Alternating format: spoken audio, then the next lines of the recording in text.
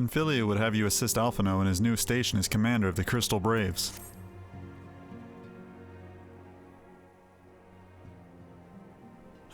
Try as I might, I cannot shake a creeping sense of dark foreboding, but it avails us not to fret about the unknown. We must concentrate instead on the problems of the present. The primals have been relatively quiet of late, and the beast tribes who summon them are under constant surveillance by the grand companies. Should any suspicious activity be afoot, you may be certain that we will hear of it. And until such time as a permanent solution to the primal problem has been found, we can do little but wait and observe. As for the Asians, Uringer is wholly dedicated to finding the means by which we may defeat the Dark Beings. Let us pray for good tidings on that front. But all of this you knew already. Let us speak then of more current matters, in particular the state of the Crystal Braves. Alphino did well to found the organization, but ensuring its smooth operation is another matter entirely. Though I doubt not that he is doing his best, I felt that a helping hand or two would not go astray. To this end I offered to send one of the Archons to assist him, but he declined.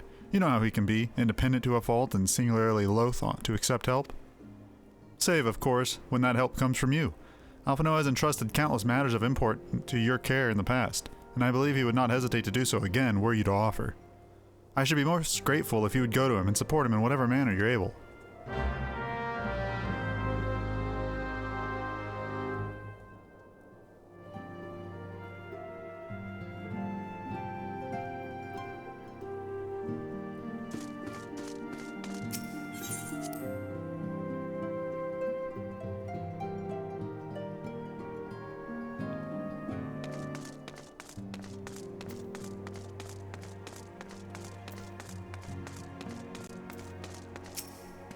What is it, Tolucc? And do be concise, I am rather busy. You would lend a hand, you say? I see. Well, now that you mention it, there is a matter that wants for attention. Given its sensitive nature, I was hesitant to entrust it to my braves, but the demands upon my time are such that I have little choice.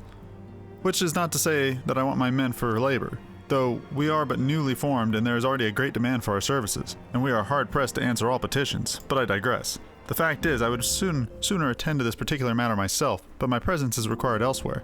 That being the case, I have entrusted its resolution to my second-in-command, Captain Ilbert. Tell him that I sent you, and he will furnish you with the particulars. My thanks in advance, Tolucc.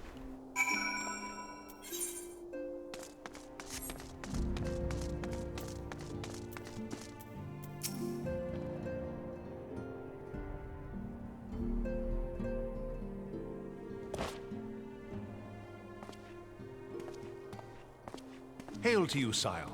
How might we serve you?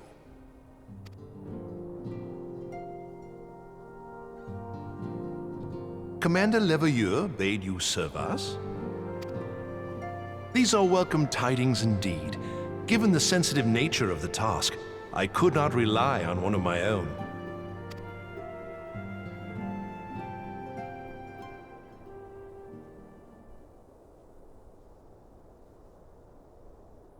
That which I'm about to tell you, I tell you in the strictest confidence.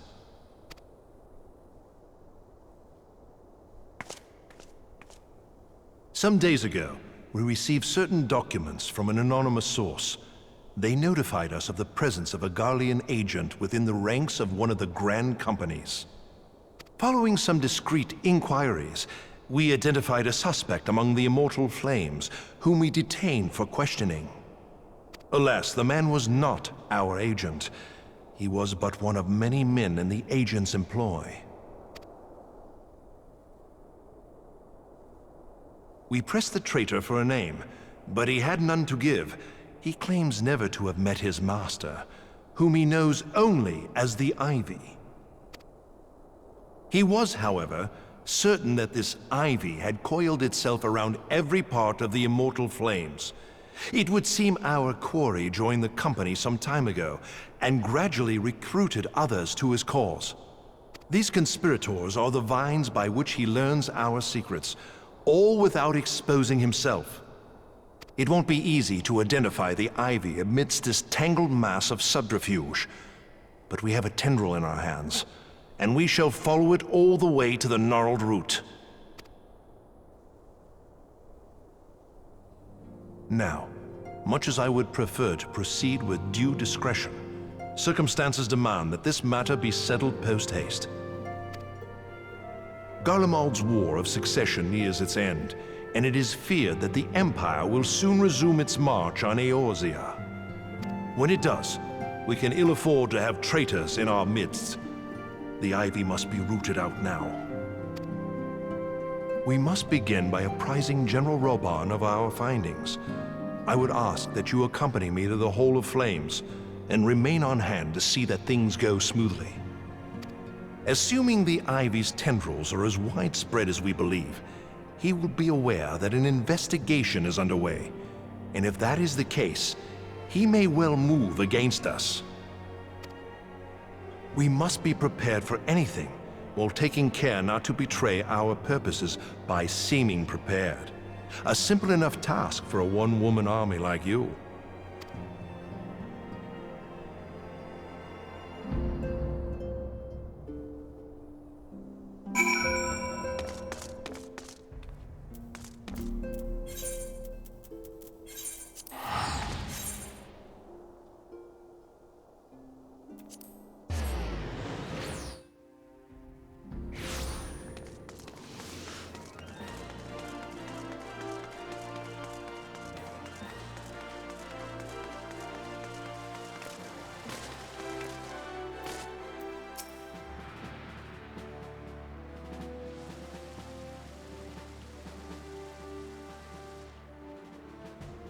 Well, well. What brings you here, my friend?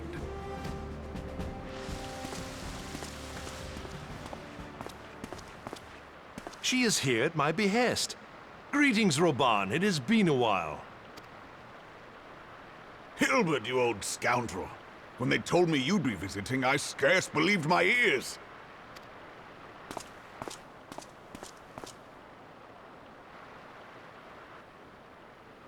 But look at you! The honored captain of the Crystal Bloody Braves. Who'd have imagined, eh? Not many, but fewer still would have imagined your destiny lay in politics, old friend. Aye. We've both come far, have we not?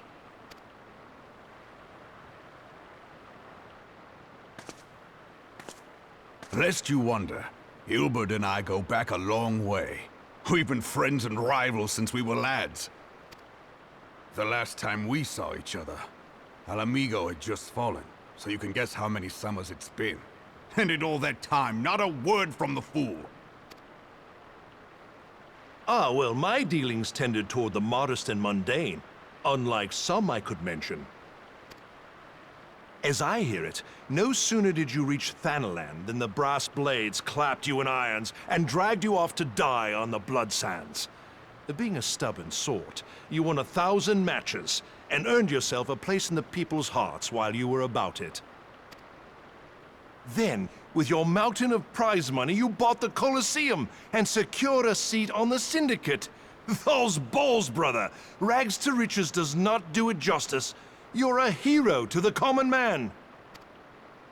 Ha! Spare me. I am no hero. If anyone is worthy of that title, it's our friend here. Next to her, I'm little more than a glorified butcher. But you, Hilbert, you sell yourself short. By all accounts, you are an adventurer of some standing. I like to think that I did my part for the greater good. But if you're no hero, then I'm no adventurer, not in this company. Anyway.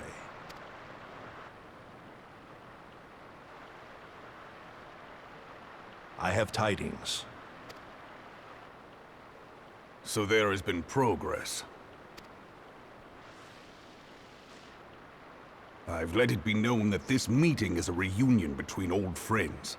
None will give your visit a second thought. To convene elsewhere would only attract attention. Let us speak here, in plain view of all.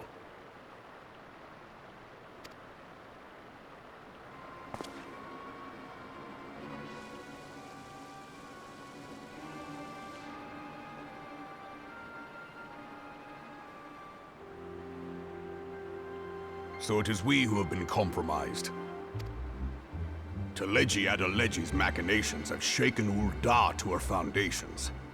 In such uncertain times, a man's loyalty may be bought for a fistful of gil.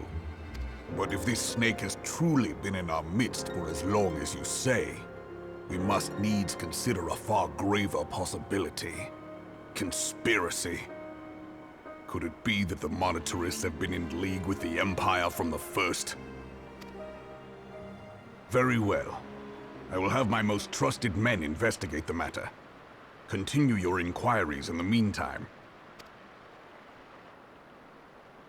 It does me well to see you again, old friend. When next we meet, let it be over a flagon of ale. I look forward to it. Let us reminisce of bygone days, and drink to the future of our homeland.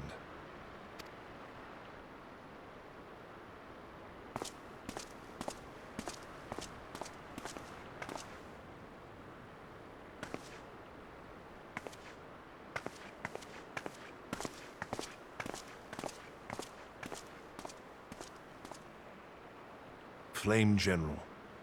You wear the mantle well, old friend. I must work hard if I'm to keep up. Well, it would seem your services were not required after all. I dare say we have Roban's prudence to thank for that. Still, I was glad of your presence. My thanks, Scion.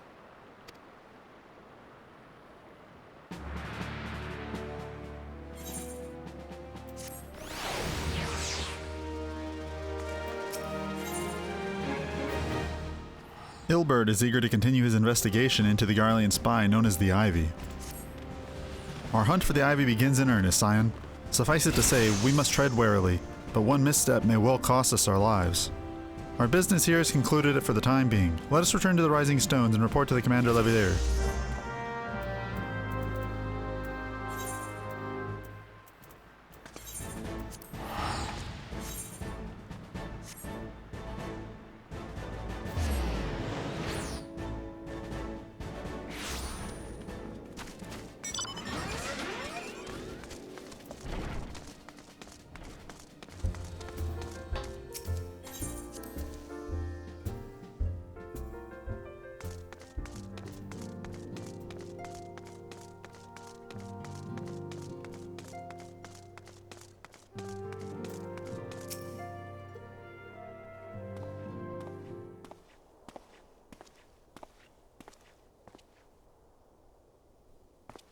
We return from Ulda, Commander.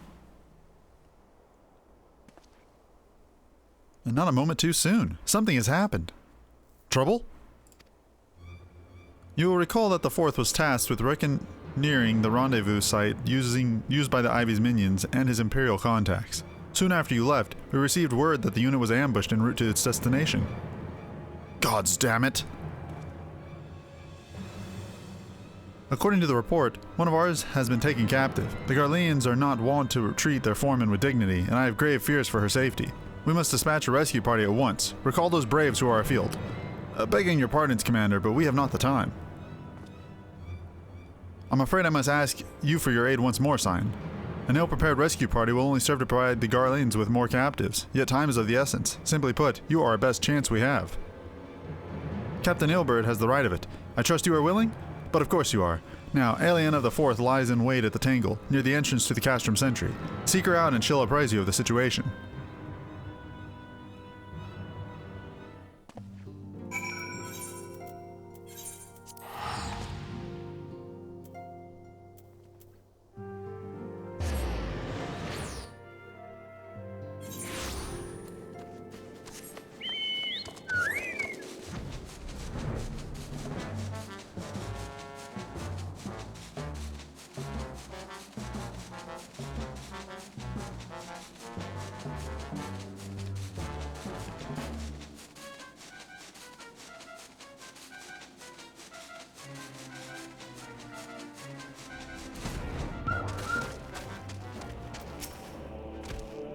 You would aid us in the rescue mission?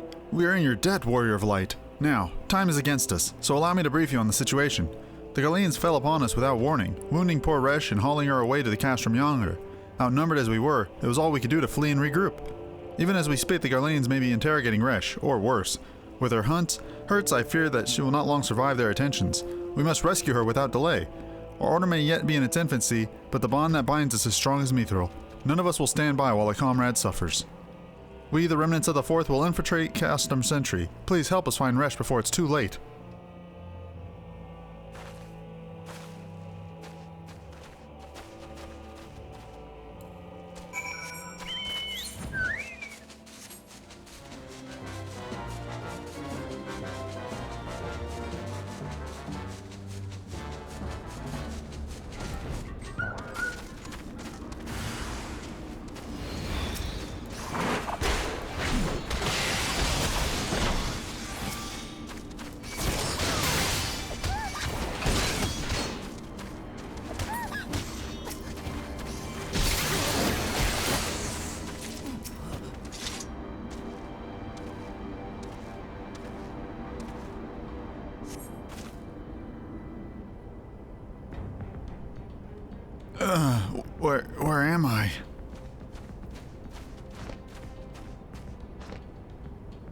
Resh, thank the gods we found you! And thank you, Warrior of Light! Now, to quit this accursed place, Resh cannot move with those wounds. She will need to be carried out. I believe a diversion is in order. Might we trouble you to provide one? Given your reputation, I suspect the Garleans will be only too happy to grant you their undivided attention. If you were to create a commotion within the castrum, we should be able to steal away unnoticed. Let us speak again once we are safely outside these walls.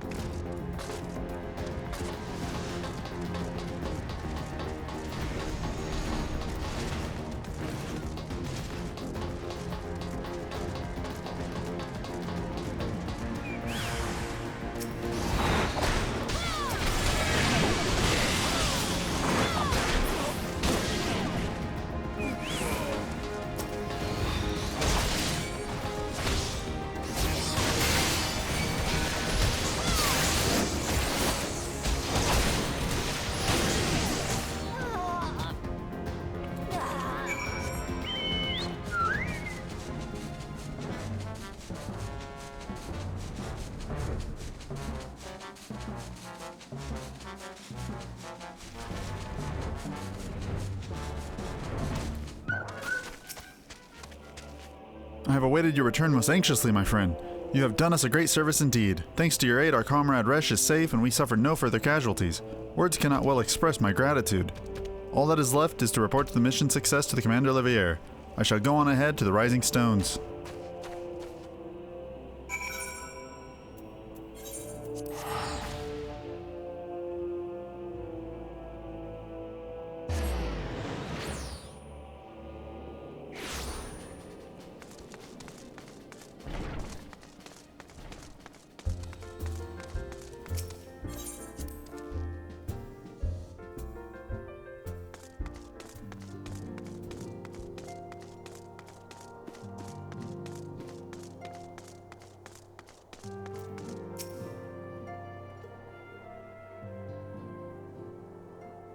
It does me well to see you thus returned, though I doubt not your prowess. Entering mine enemy's stronghold is generally considered to be a risky venture, and I must confess to having been a trifle anxious. But here you are, hale and whole, having succeeded in your mission as you warned. Lest you wonder, the woman you rescued is being cared for by the Domans. Thanks to their expert administrations, the danger's past. You have my gratitude, Tolucc.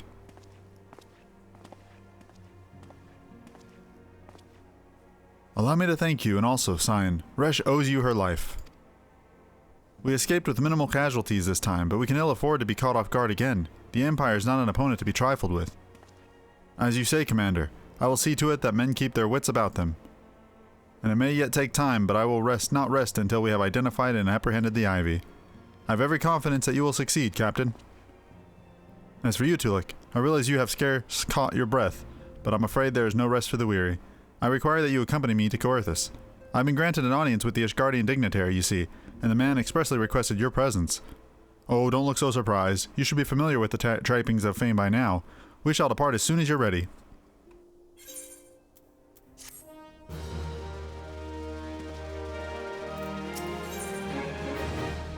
An influential Ishgardian wishes to meet the Warrior of Light, and Alphino would like nothing more than to oblige him. We have been blessed with a rare opportunity, Tolucc, an audience with an ambassador of the Holy See of Ishgard.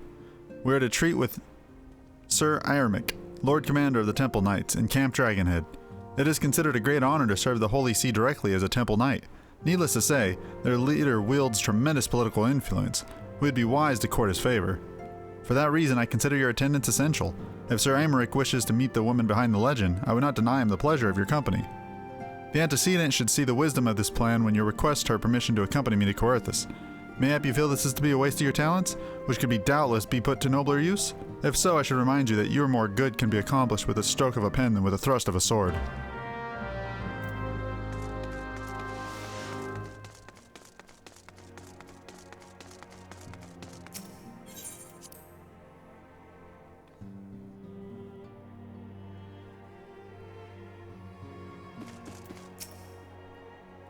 A meeting with an Ishgardian ambassador? By all means, I think it a wonderful idea. We have received no reports of etheric disturbances or unusual beast tribe activities of late.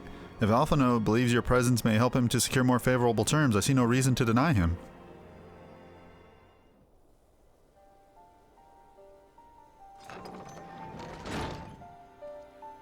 Antecedent, I take it Tolucc has explained the situation? She has. Yet welcome though these overtures are, I cannot help but wonder what prompted them. The Ishgardians have spurned all contact with the other city-states for decades. Why reach out now? Would that I knew. The question of their motive is one of which I have given no small amount of thought. Alas, I have no more than is generally known.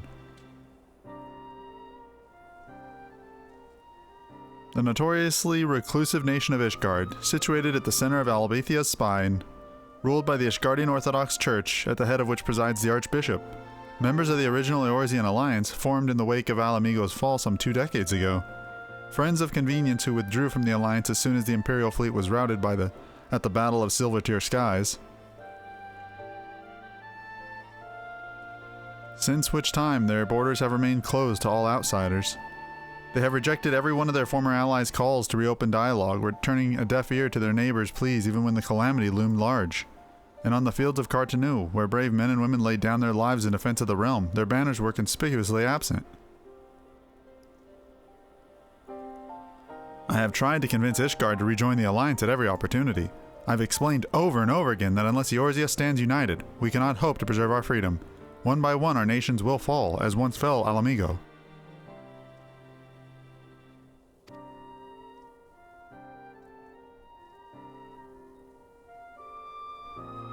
And what have mine efforts yielded? Why not? Surely this can be considered a step in the right direction. I should hope so. Rather than the lowly messengers we have been fobbed off with in the past, this time we shall meet with a man of genuine influence. Of course, I am not so naive as to think that they come out to us out of the goodness of their hearts. We have something to desire, though I have yet to find out what. By such is the nature of diplomacy. They will bring their agendas to the negotiating table, and so will I, along with a handful of incontrovertible truths. The Empire will soon be at our doorstep once more. Indeed, you may be assured that I will expound upon this point and others. Let us depart for Camp Dragonhead, Tolucc. Our old friend Lord Herishfan is expecting us. Since our quest to recover the Enterprise, I understand you have further integrated yourself with the man. Excellent work. His fondness may prove useful to our cause.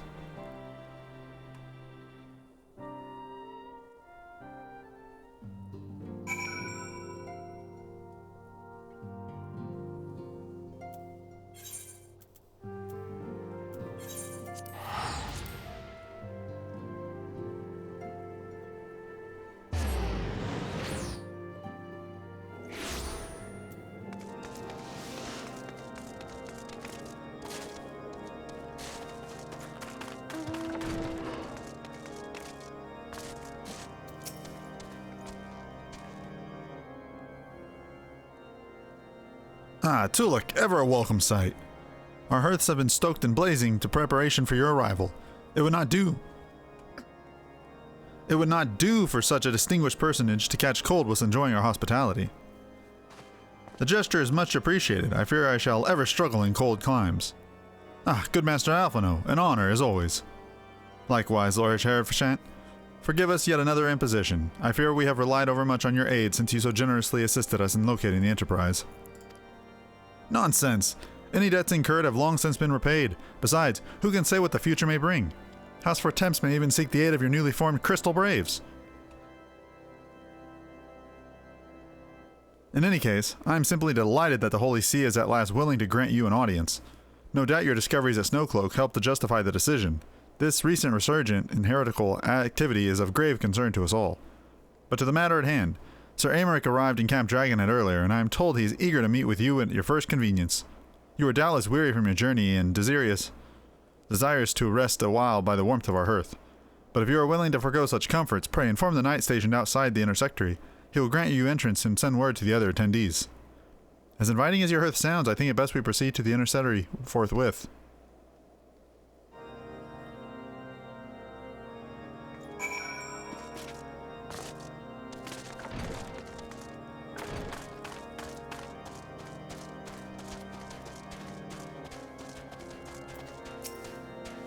We have been expecting you, madam. Pray, take your ease inside, and I shall summon the others.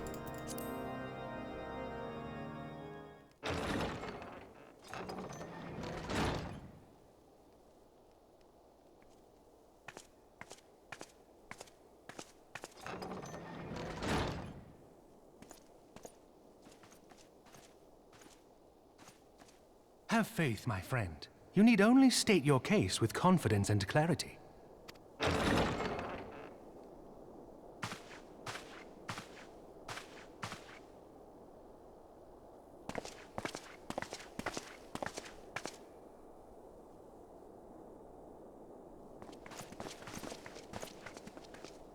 Commander Leveilleur, it is both an honor and a pleasure to meet you.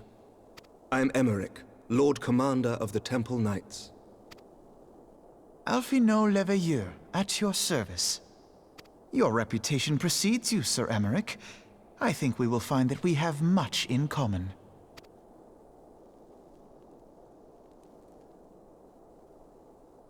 Speaking of reputations, yours towers over us all. Does it not? It does indeed, Lord Commander.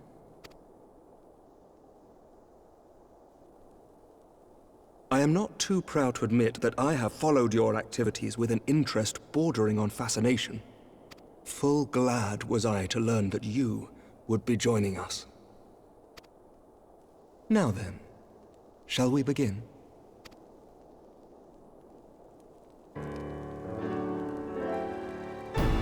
We know full well that the Garleans will return in force ere long. What is more, we have yet to achieve a lasting victory over the primal menace. The beast tribes continue to summon their gods, and each incarnation is stronger than the last. Ishgard is not immune to these threats. I must reiterate that it would behoove your nation to rejoin the Eorzean Alliance. Once again, I must respectfully disagree. On what grounds? Despite their presence in Kurthus, the Ixal do not concern us. Their territorial claims pertain to Gridanian lands, and it is the people of Gridania whom they harry. Consequently, the Holy See judges this to be a Gridanian affair, and Ishgard does not intervene in the internal affairs of other nations. Even were that not the case, our forces are wholly committed to the Dravanian conflict. We have not the knights to spare. As for the Garleans, we are not ignorant of history. We have observed the rise and expansion of the Empire, and we agree that it is only a matter of time before they resume their campaign in Eorzea. Then surely it would be in our best interests to present a united front. Mayhap one day, but not yet. Gaius van Belsar is dead, and the legion of conscripts he left behind lacks the will to fight. We think it highly unlikely that they will emerge from behind the walls of their castra for some time. Forgive me, but if Ishgard's position has not changed, why did you agree to this meeting?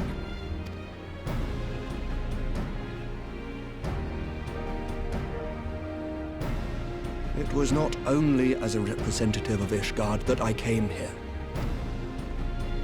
Pardon?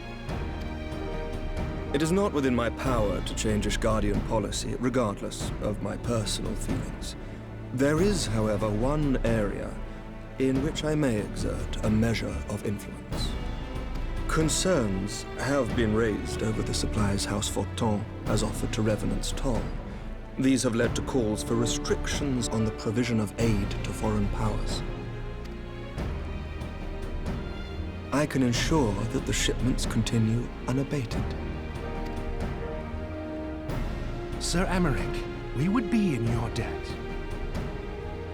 No, you would not, for I require something in exchange.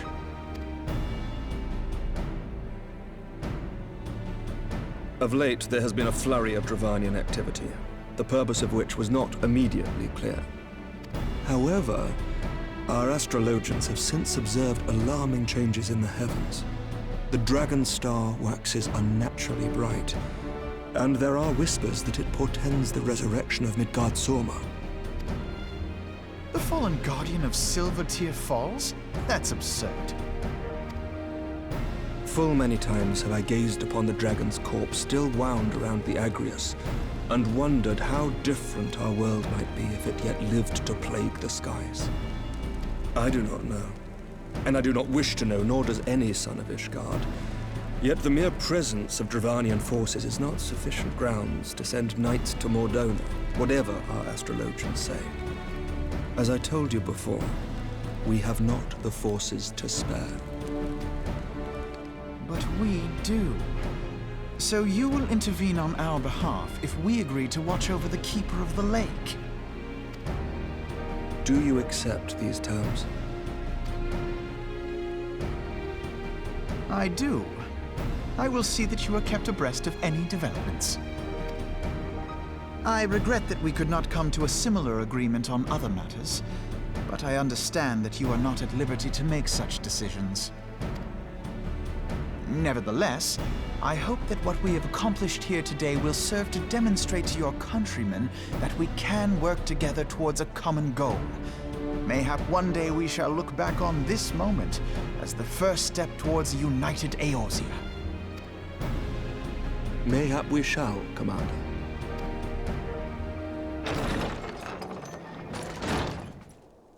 What is the meaning of this? The caravan, my lord. It's been attacked. It was Iceheart, my lord. What? By the Fury? All our precautions were for naught?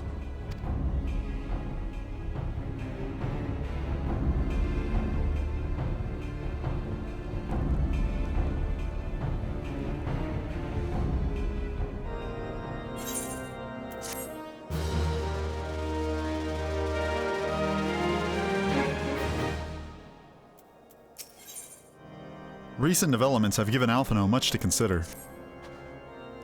Just when we were starting to make progress. And to make matters worse, the caravan they spoke of was bound for Remnant's Toll of all places. Honestly, were I so inclined, I should think the gods were conspiring against us. Happily, however, I am not. I would know more of this attack. Let us speak with Lord Herishfant and find out what he has learned.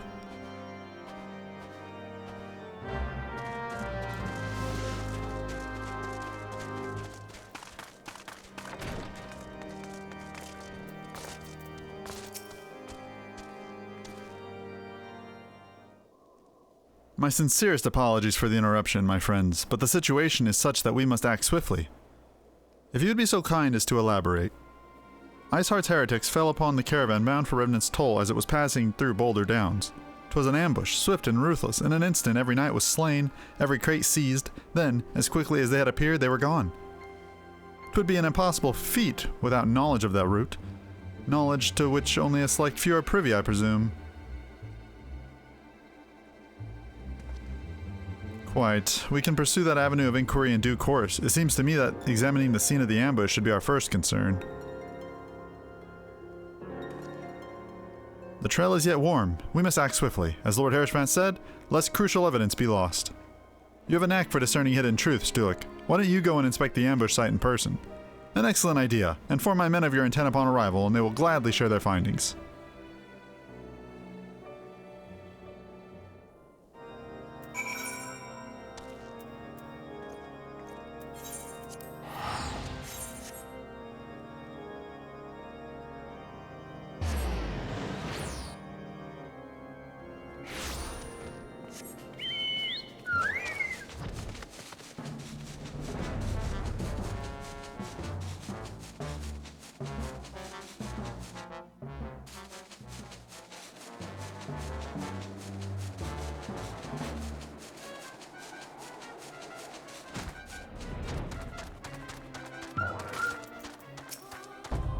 Move along, adventurer. There's nothing for...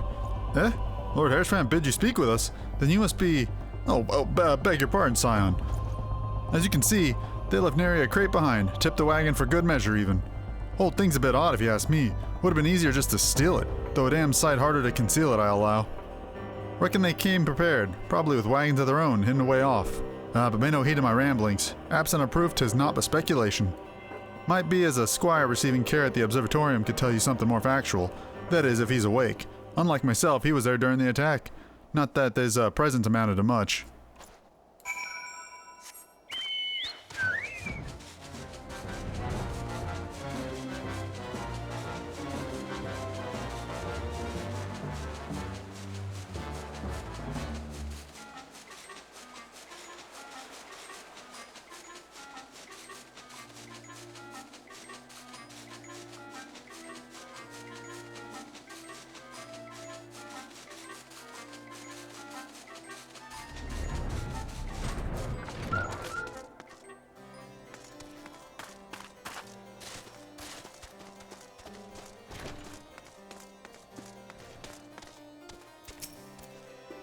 You've come to ask me about the attack, haven't you? We came upon them before the entrance to the Hall of Seven Echoes. Pilgrims, we marked them as. Lost and ill-equipped for a journey further north. Our leader called out to them, and one stepped forward to answer. Slowly as she approached, her silver hair flowing in the wind like melting snow. Just a young girl, I thought. Some poor lost lamb in search of salvation. Our leader must have thought the same. Else why would he let her draw so close? They exchanged some words, and I couldn't hear, and she leaned forward as if to kiss his cheek, and then she sighed and crumbled to the ground. I didn't know what had happened till I saw the snow turn red. And then there was red everywhere I looked. I tried to fight, but a blow to the head, and by the time I came to, the others were dead and the heretics were unloading the wagon. I couldn't... I mean, they'd have killed me, so I just laid still and listened. Iceheart's people spoke of deliverance and resurrection, and they spoke of Shiva.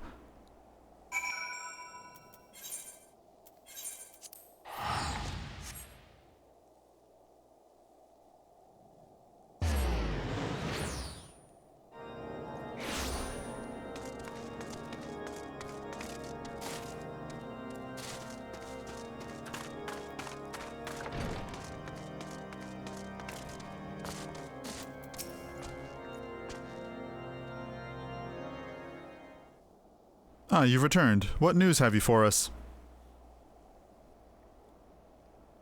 It seems that Lady Iceheart does not scruple to sully her hands with blood. Who is this Shiva the heretic spoke of? Have you not read a single line of the Enchiridion, Master Alphino? Shiva was a traitor to kith and kin, an apostate who lay down with dragons.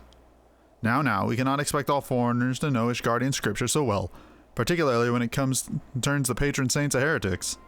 Wait, you say she is their patron saint? Oh, no. It all makes sense now. Lord Hershvant, what was in the caravan's cargo? If I recall correctly, the Diamond Forge had requested a rather large quantity of crystals. Do you not see?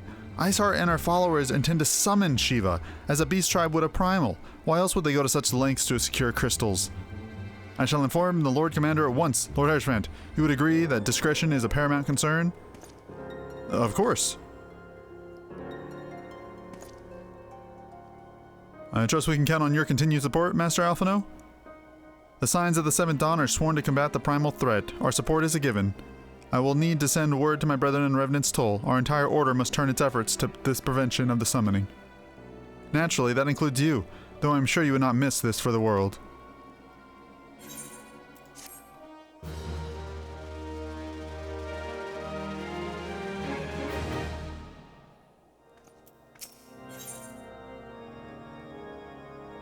Woe betide the heretic who crosses Alphino, Levere, for they shall feel the full force of his fury.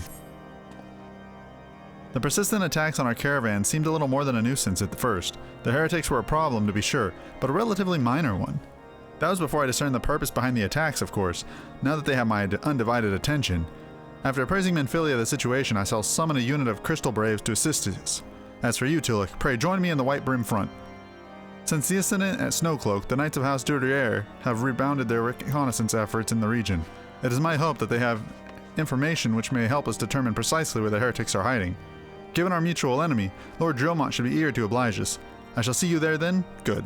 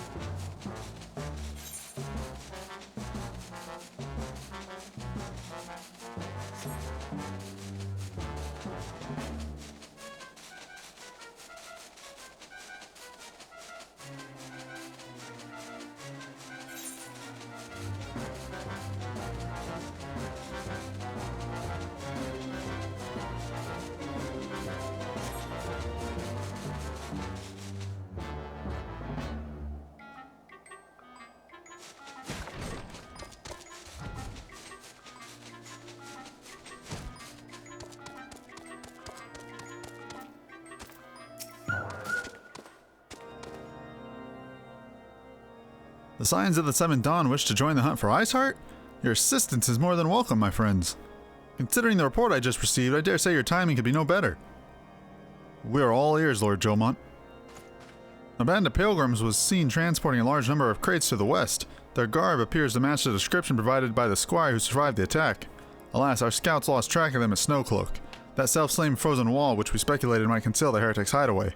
Suffice it to say, the disappearance of these pilgrims and their provisions all but confirms our suspicion.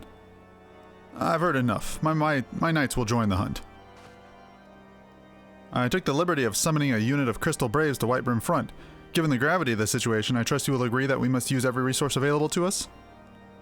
These are extraordinary circumstances, Commander. It would be in our best interest to coordinate our effort. Such was my intent from the start, Sir Aymeric. And so it begins, my friend, though I dare say it'll prove all too brief collaboration. Iceheart will not elude the combined efforts of the Crystal Braves and the Temple Knights for long. Nevertheless, a wise man does not wager all upon the success of a single solution. There may yet be a subtler means by which we can locate the heretic's lair. Mayhap Lord Jomont has one in mind.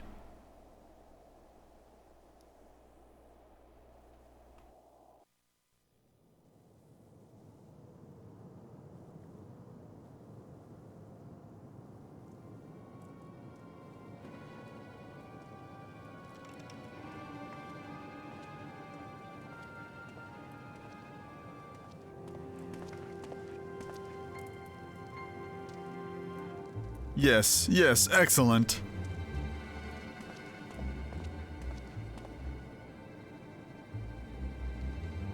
My lady, everything has been accounted for. If there is aught else you would have us do, pray speak, and it shall be done.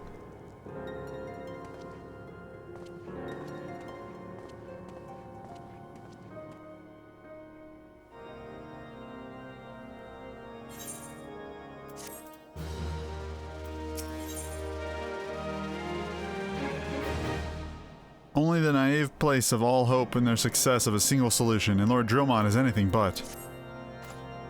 It seems as though we were always one step behind, our quarry ever just beyond our reach, though I would like to believe that the tables are about to be turned. I must confess to having certain doubts.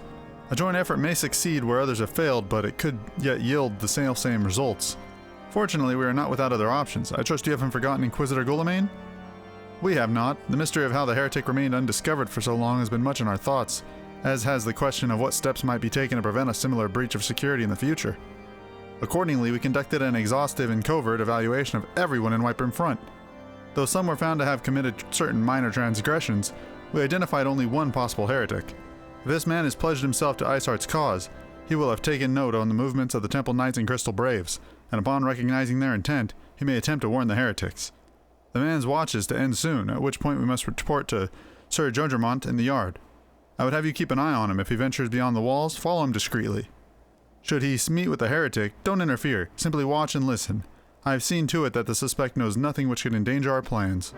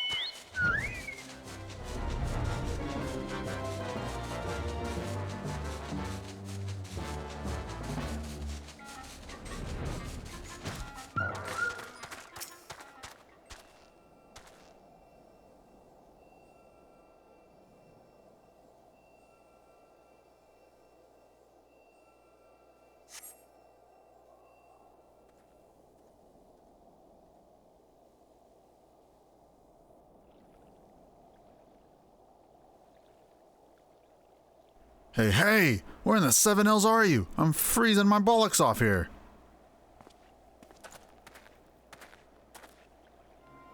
I'm here, you blundering oaf. Why are you late? Standing on the wall, why else? I have duties to fulfill, you know. Your sole duty is to... Bloody echo. Lower your voice or they'll hear you, some white brim front. Yes, of course. The Temple Knights are... here, in Snowcloak. This is what you bring to me? We already knew about our comrades in Boulder Downs will use the tunnels, dead before they know what's happening. Nevertheless, if you waste my time again, is that clear?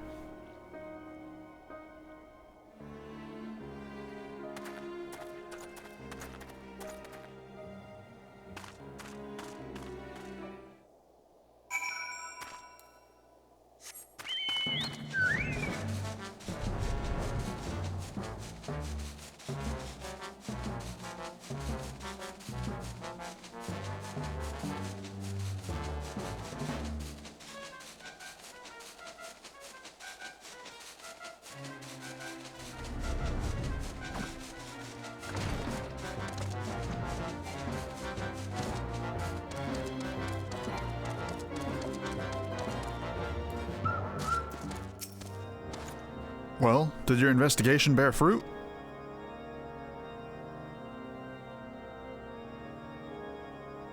I see. I shall have the man detained at once. His guilt is plain. Would that you could have heard their words more clearly. Yet, the few snatches you were able to make out are nonetheless enlightening. It would seem the heretics are aware of our operation, and confident that they can thwart it. Their comrades in Boulder Downs are key to their plans, which means it is key to our plans that they be rooted out and put to the sword.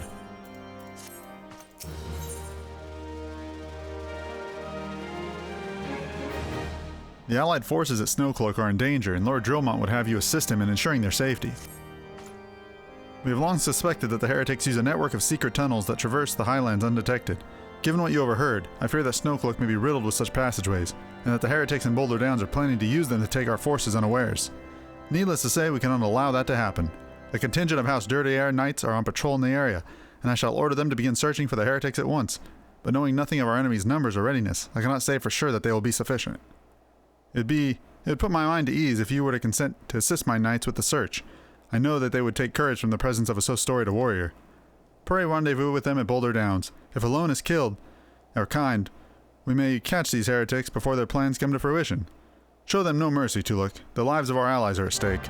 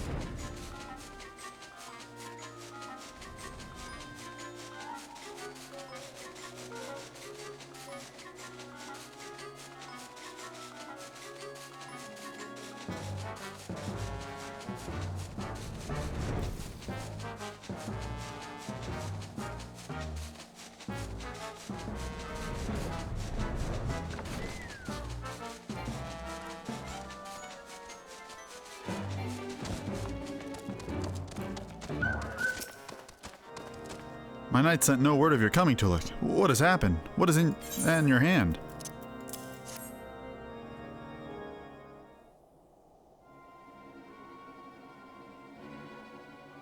By the Fury, those were veterans with years of service. And now they lie dead in the snow. Their bodies must be recovered. And... No. We have not the men to spare. Not now. Not while Iceheart prepares to summon an abomination. The heretics you dispatched were not sufficient in number to contend with the combined strength of the Temple Knights and the Crystal Braves. There must be others, and I'll wager they were on their way to Snowcloak as we speak. To make matters worse, it seems the traitor you followed managed to pass the heretics something of value after all. The parchment you recovered is a timetable of the guardsmen's watches at our outpost in Snowcloak. The traitor was stationed there long before it aroused our suspicion. Would that he had caught him sooner. With this information, the heretics would know when the watch was weakest. They could use their tunnels with impunity and prepare an ambush. The timetable has not changed, you see. Of course, it'll be changed now, but the heretics may already be in position. House Dudier must send reinforcements, even if it means withdrawing knights from the Stone Vigil. I can see no other way to safeguard the lives of our allies.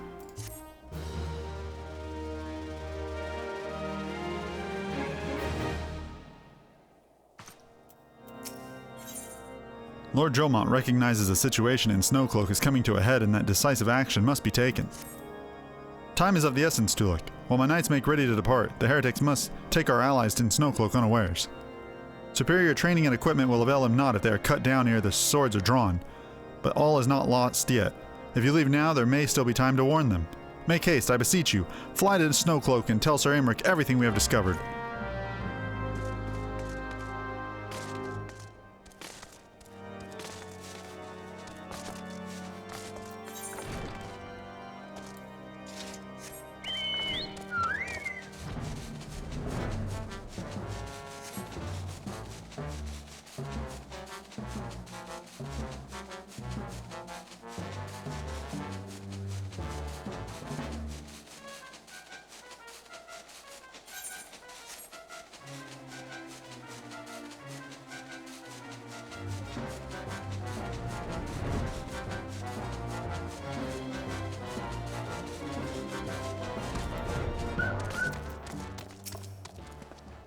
Tolucc, this is a welcome surprise. Perhaps the only one thus far. As you can see, we have not yet uncovered any hidden... You have my gratitude. Truth be told, we suspected the heretics might be plotting such an attack. Now that we have confirmation, I shall place my knights on high alert. Has Commander Olivier been informed? The Braves must be made aware.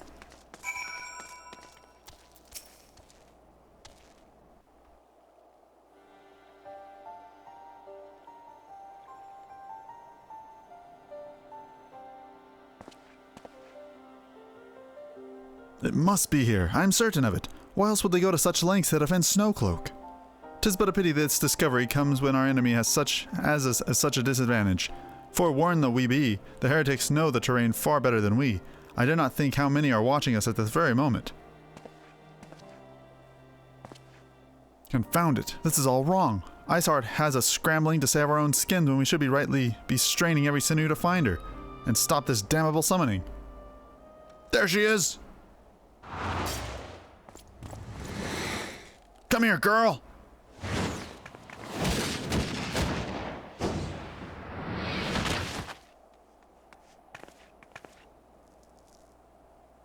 That was close. They didn't hurt you, did they? Only my pride, Ida. There will be others nearby. We must see that they are given a similarly warm welcome. Commander Livelier!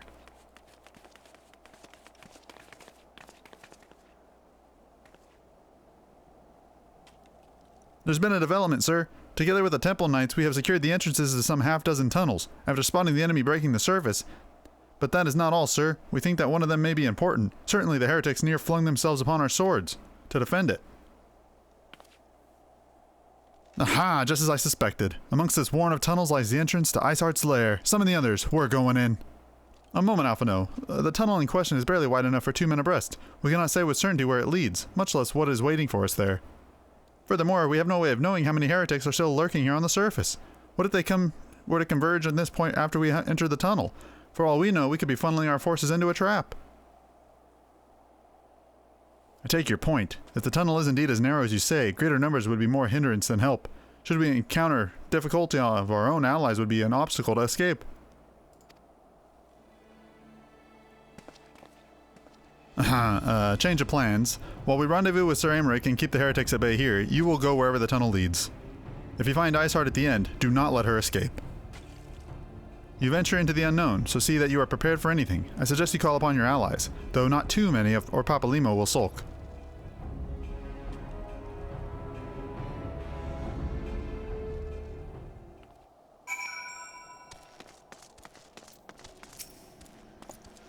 The entrance to the tunnel, madam? It's just over here. Had we not seen the heretics breaking the surface, we would never have noticed it.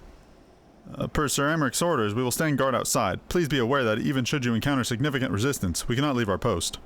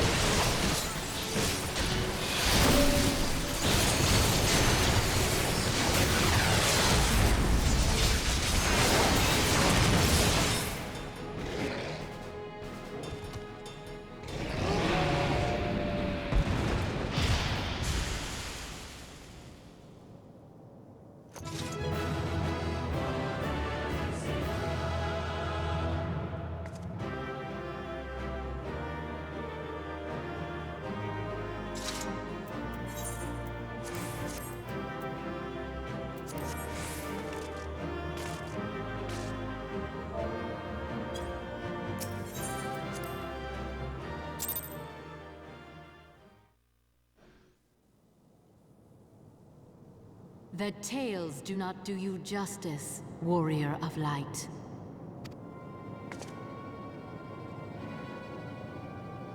Yes, I know who you are, and you know who I am. I was given the name Izel, but I earned the name Iceheart.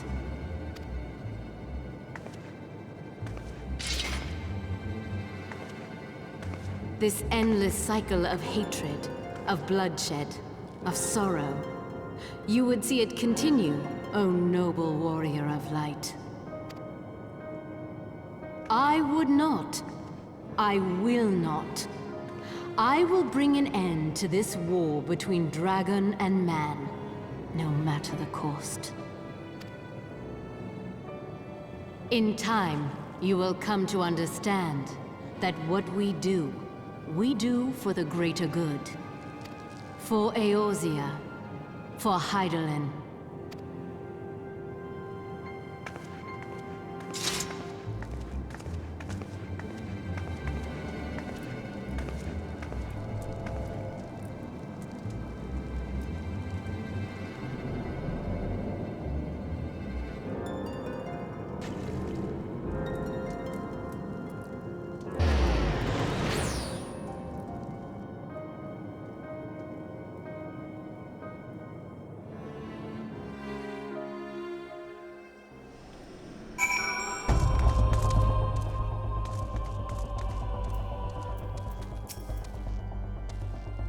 That took longer than I expected.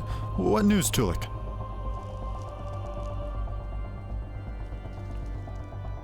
So, Iceheart is but a pseudonym? But not that it matters. That she managed to escape is regrettable, but from your description of that beast, you did well to come as close as you did. In any case, now that you have cleared a path, the Temple Knights can begin to survey the tunnels in earnest.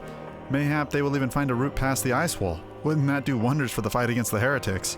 The Crystal Braves would certainly share the credit for it too. 12 be praised, Tolucc. We may yet turn this situation to our advantage. Assuming we stop Iceheart before she summons Shiva, of course. Needless to say, our fellow Scions have not been idle. Menphilia and Iringer have been busy pursuing the archives of House Fortemps, gathering what information they can on Shiva. Which reminds me, if you were intending to trudge back to Camp Dragonhead to report on today's events, don't. The antecedent should be here any minute. I can only assume some people enjoy subjecting themselves to this cold.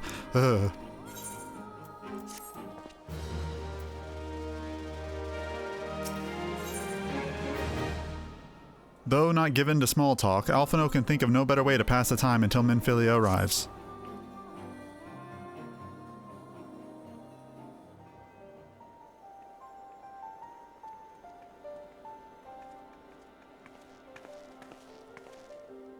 Antecedent, you come to us straight from the archives of House Fortemps? I trust your time there proved fruitful? Would that it had. Iringer and I scoured countless texts, but what we found was of questionable veracity. Accounts of Shiva's life and deeds are sparse and contradictory, only agreeing upon one point. She lay down with a dragon, the gravest of all sins, according to the Ishgardian faith. Yet in the eyes of Iceheart's followers, this was but a holy act, the blessed union of man and dragon.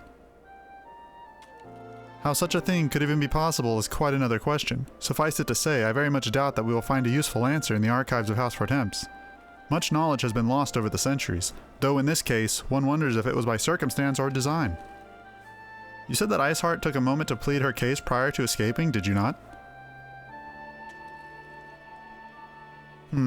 Viewed without prejudice, most would agree that bringing an end to an endless war serves the greater good. I think Sir Aymeric might take issue with her methods.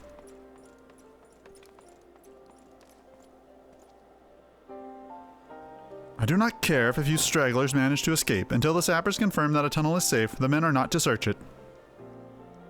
Yes, Lord Commander.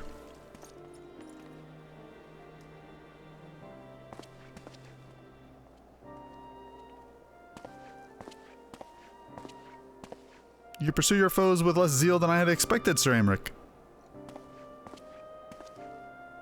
Lest you misunderstand, I do not deny that our enemy has given us good reason to be prudent. I merely meant, you being a man of faith, that I had expected a certain single-mindedness. After all, was it not by the will of Halon that your ancestors came to this land? Why they took up arms against the Dravanians? What would they have done in your position, I wonder? There are those who believe that faith is a renunciation of free will, that unquestioning devotion is required of all who would live a life in service to the Fury. Such righteous fervor may well serve a knight on the front line, less so a leader of men. We are all at liberty to interpret the scriptures as we will. I choose to believe that the Fury would value the lives of her followers over the deaths of her enemies. But I would not presume to speak for the Knights of Eld. 'Twas a different time, nay, a different era. The scripture tells us only so much. Would that it told us more.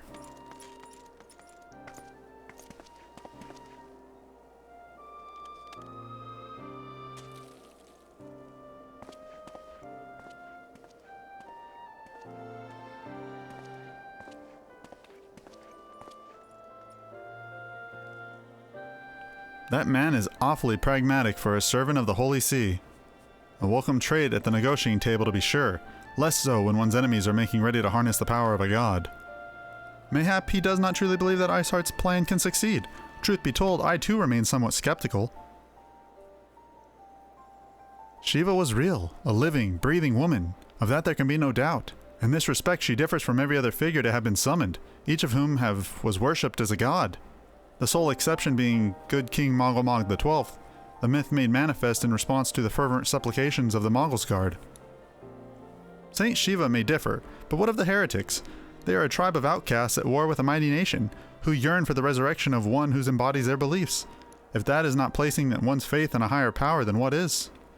Crystals and conviction, Minfilia. They both have them in abundance.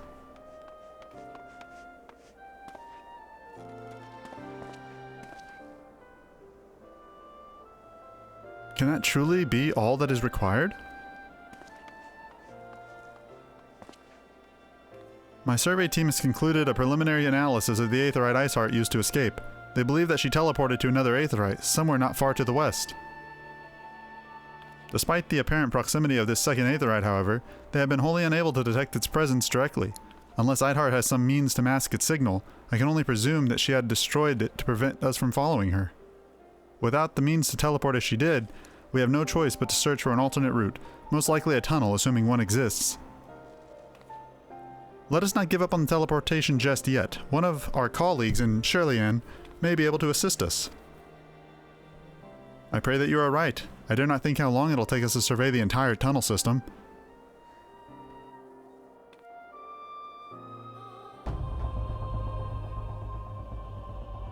While Minfilia looks into an Aetheryte problem, I would like to request your assistance with another matter. The 3rd unit is currently tracking the remnants of the heretic force which attacked us. However, the search goes poorly despite our numbers. Gorthus is vast, and Iceheart's followers know the terrain far better than we. Your knowledge of this region may serve to hasten the process. The sooner we capture Iceheart's followers, the sooner we can press them for their leader's whereabouts. Also, though it is admittedly a selfish request, I feel that my braves would benefit immensely from working alongside you. While we have our share of veterans, we also have more than a few less experienced recruits, many of whom look up to you in case you were not aware.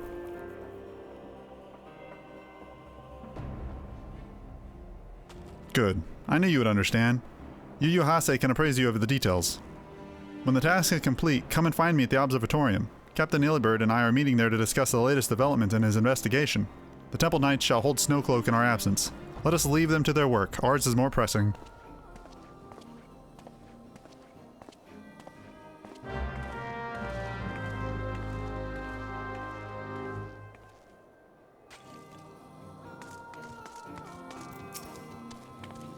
There you are, Tolucc. Commander Livelair instructed me to wait for you.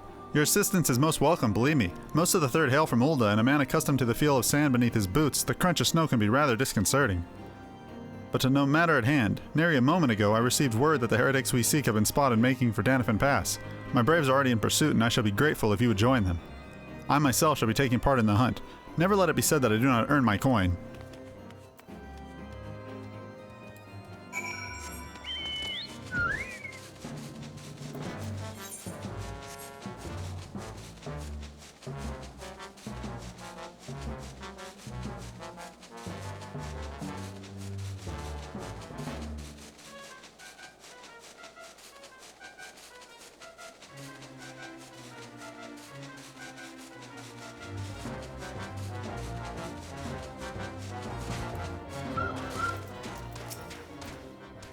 Balls, my ankle's on fire. Caught my boot on a rock or something and twisted it as I fell.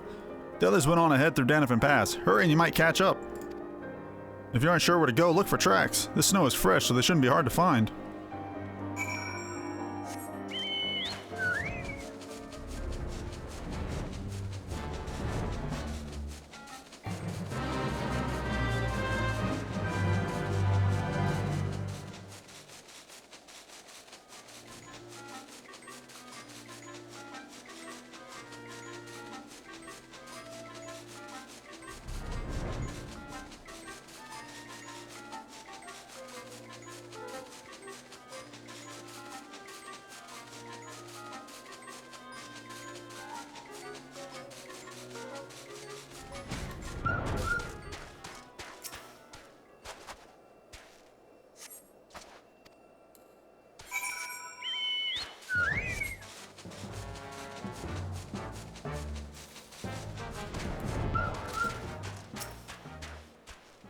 Scion, what are you doing out here? The heretics? I'm not sure. There was a great scaled beast and... Hase. I think he went on east on his own. The heretics split up, so we did too.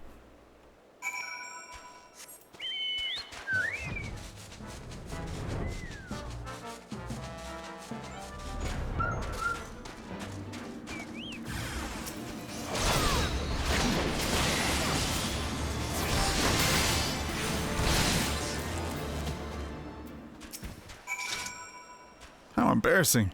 I was so intent on following the heretics' tracks that I almost failed to notice they had doubled back. Almost, mind you. One tried to sneak up behind me and got a knife in the gut for his troubles. I thought myself alone, so I started searching the dead man's knapsack for anything of interest, and lo and behold, before his friends found me, I came upon this. Withdraw in groups of 3 or less to the observatorium. Give the signal and wait. The merchant will be watching. Be late and be left for dead. It speaks for itself, does it not? They can't possibly mean to rendezvous inside the place, so we should restrict our search to the surrounding areas. Let me rephrase that. You should restrict your search to the wilderness around the observatorium. I'll need more than a moment's rest to recover from these wounds.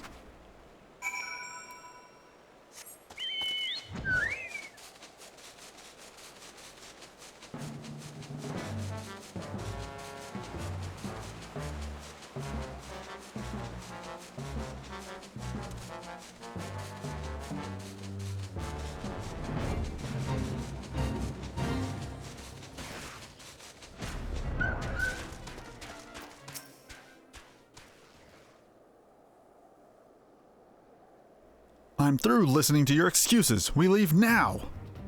How? The woods are crawling with those bluecoats, and the knights are searching every wagon that passes through the gates. Well, stay with her then, if you think that'll fare you any better. Now, there's no need for that. There are places like this in my homeland, sacred snow-capped peaks where blood must not be shed. Yet your lands ever thirst for the blood of the fallen, and by your deeds it has drunk deep. No, I have done no wrong. None but meet in secret with heretics. Deny it all you will. We shall have the truth from you yet. Inquisitors are not the only ones skilled in the art of interrogation. Damn it all.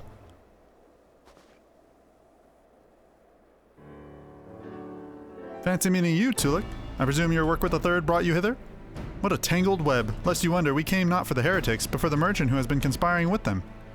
He came to our attention during the course of our investigation into the Ivy. It beggars belief, I know, but it seems our favorite Garlean spy may have been providing assistance to Iceheart. Were it not for the efforts of Lady Ugiri and her shinobi, we might never have discovered the connection. Master Alphino is too kind. I fear my people and I have done little to aid your search for the spy. We long to strike back against the Empire and weaken their influence in this land, to prevent the tragedy which befell Doma when recuperating. The days ahead and the work they promise will require a very particular set of skills which I am fortunate enough to possess. If you will allow it, I would accompany you until the investigation is complete. That is a most generous offer, Lady Ugiri, and one I will gladly accept. Thank you. Though I may disappear for a time, know that I shall never be far and shall always be watching. A comforting thought. Come, Tolucc, let us wait inside for Captain Ilbert to return and deliver his report.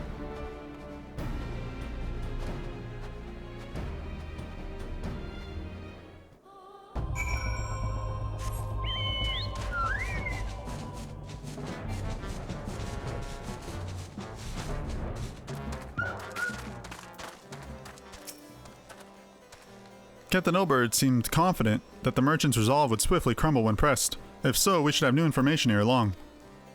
As to whether it'll bring us any closer to learning the Ivy's identity, I would rather not say. Given our adversary's cunning, I shall consider us fortunate if we are spared another wild dodo chase. The gods know we have more than enough to occupy our time as it is.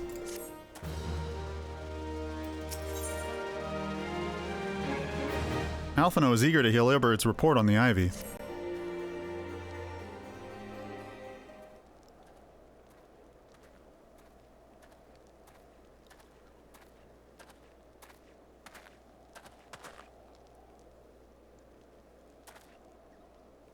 Captain Ilbert, your report, if you will. Aye, Commander. Firstly, we regard the heretic we captured. I regret to say that the man could tell us naught that we did not already know of Shiva. We have since handed him over to the Ishgardian authorities. Henceforth, the Holy See will pursue the matter independently. Our inquiries concerning the Ivy, however, have proven more fruitful. We have ascertained the channel by which the heretics acquired the information on the shipment routes. Go on. You'll recall the flame we had first identified as being in the Ivy's employ. From him we were able to trace a trail of conspirators, each taking us closer to his master. Alas, the trail came to an abrupt end. Fearing that the investigation had been compromised, we took the necessary step of detaining all suspected of a conspiracy. There were 5 on our list, including a flame stationed at Revenant's Toll. The man's primary duty was to keep an inventory of donations from abroad, the particulars of which he would share with benefactors, thereby ensuring that needs did not go unfulfilled. By virtue of his role, he was privy to the details of all shipments bound for the settlement. Needless to say, that included those originating from the House Fortemps. He knew the precise route the caravan would take, and he sold that information to a merchant. I think I can guess which one. None other. With a little encouragement, he soon confessed to knowingly aiding and abetting the heretics. Well, that is one mystery solved at least, but what of the Ivy? Are we any closer to prizing off his mask? I dare say we are, Commander. Our relentless pursuit has forced him to commit a grave error. In a desperate bid to cover his tracks, the Ivy resorted to exercising certain administrative powers available only to high-ranking members of the Immortal Flames. If you consider then that our investigation is known to barely a handful of them, the field of suspects is greatly narrowed.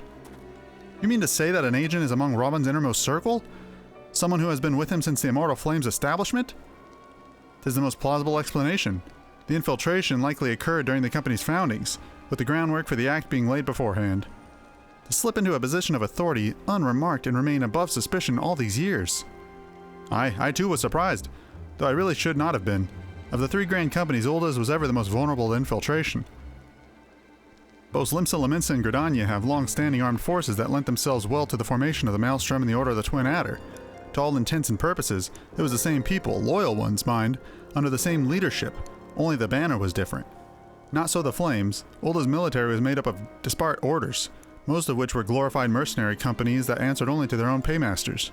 Hardly an ideal environment in which to establish something as high-minded as a grand company. The difficulties Rabins faced when founding the Immortal Flames are well known. Even after he had convinced his fellow syndicate members to share the cost, there remained the small matter of finding enough bodies to fill the ranks. Indeed, and given the pressing nature of the Imperial threat, that meant recruiting every passing sellsword. Amidst the chaos of its founding, it would have been child's play to infiltrate the company. A good deal easier than now, eh? The Immortal Flames have ever been caught between conflicting interests, the public and the private. Though the Montaras ultimately agreed to support the organization's founding, it was not out of the charity that they did so, but simple self-preservation. Had Nael Van Darnus' ambition been any less apocalyptic, you may be sure that they would never have risked supplying Robin with an army. 'Tis but a wonder that they did not attempt to extinguish the flames the moment the danger had passed. Returning to the present. Even as we speak, our Doman allies are shadowing several high-ranking flames, any of whom could be the Ivy. Desiring to deal a blow against the Empire, the refugees were eager to lend us their aid. I expect to hear from them ere long. Very good. Pray, continue your investigation with the first. Meanwhile, have the second attend to the unrest, and the third can join the fourth in inspecting the crystal shipments. If they notice anything unusual, I want to know about it. If Shiva is summoned in a manner like the other primals, the heretics will be looking for further supplies. Understood, Commander. I shall send word to Sir Amaric, informing him of our success in identifying the heretics' abettors. Hopefully the information will be of some use to the Ishgardians. It is time, Commander. Yes, I am aware. An emergency council of the Alliance leadership has been called. There have been developments in Garlemade, it would seem. As commander of the Crystal Braves, my presence has been requested. I would have you accompany me, Tolucc. As the realm's stoutest champion, 'tis only meet that you be present for the discussion. Oh, and the antecedent has already given her consent, lest you worry.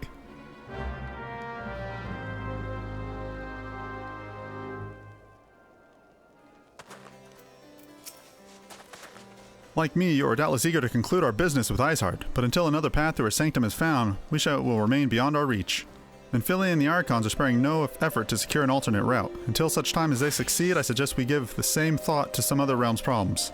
I shall go ahead to Gridania in readiness for the coming council. Meet me at Nofika's altar, and we shall make our way to the Lotus Stand together.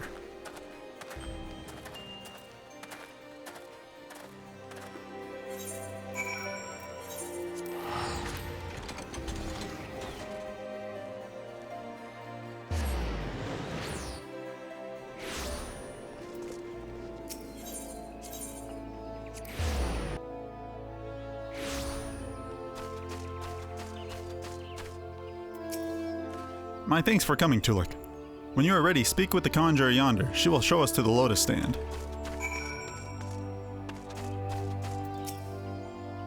The Alliance leaders await you at the Lotus Stand. Will you be joining them now?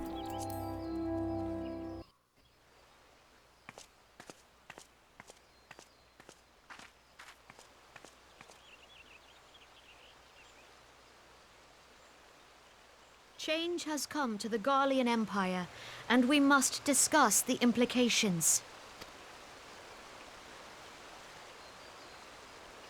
The rumors are true, then? The War of Succession is ended? It is. A new emperor reigns in Garlemald. Who?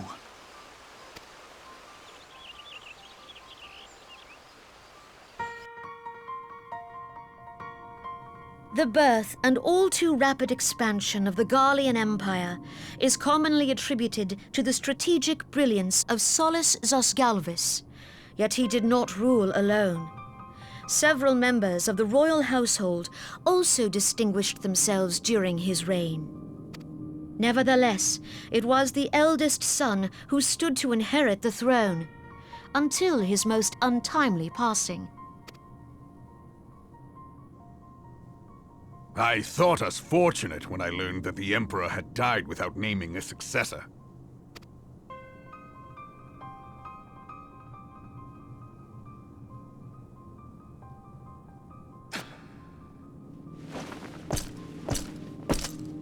Would that the Garlean Empire had died with him.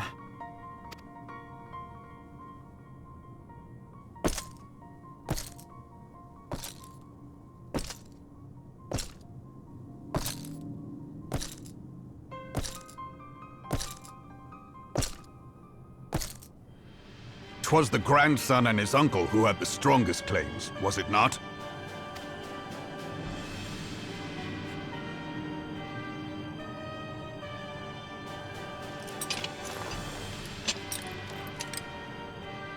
Indeed, yet claims count for little without the power to assert them.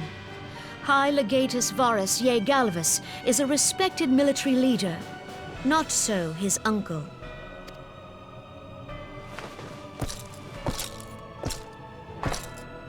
So young Varus has torn the crown from his uncle's grasp and taken his place at the head of the Empire.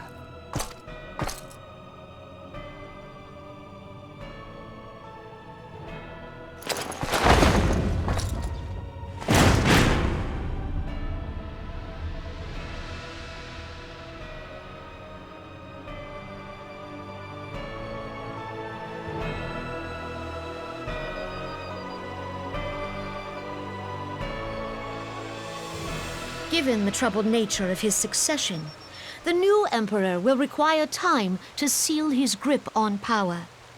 Yet have no doubt but that he shall, for there are none left with strength enough to oppose him. Since the success of Operation Archon, the remnants of the 14th Legion and the forces occupying Alamigo have done naught but fortify their positions.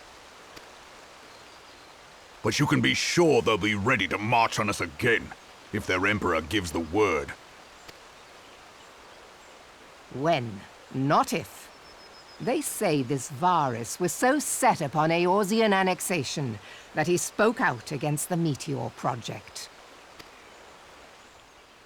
Plainly, the new Emperor's intentions are of great concern to us all.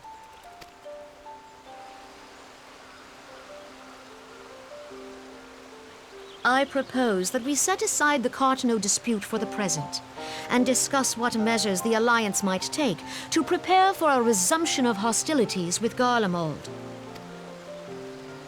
Moreover, I move that we re-examine the question of how our former allies in Ishgard might be persuaded to retake their place at our side. Could Eorzea but stand as one, 'twould deal a grave blow to our enemies' ambitions.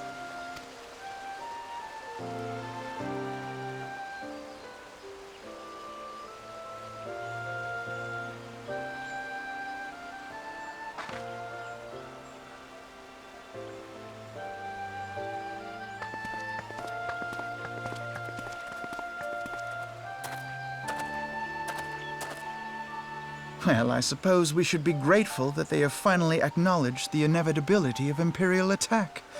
Who knows? They may even do something about it. If only the leaders of Ishgard would follow their example and stop hiding behind their gates, praying for the coming storm to pass them by. But that is a discussion for another time. At present, I am more concerned by the fact that the Alliance's mooted preparations will be made known to the Garleans many moons before their coming. So long as the Ivy eludes our grasp, no secret is safe.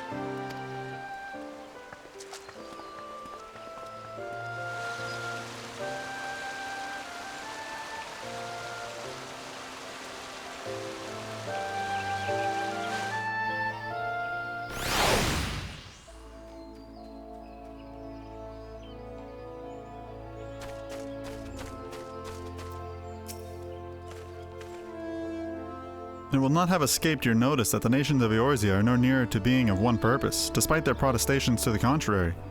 Plainly, the threat of a resurging Garlemald is not enough to stir them. And the reason for this? Deep-rooted mistrust amongst the citizenry. The nation's leaders can come all understanding as they like, but their unity means little unless to the common folk. Take the Laminsons, for instance.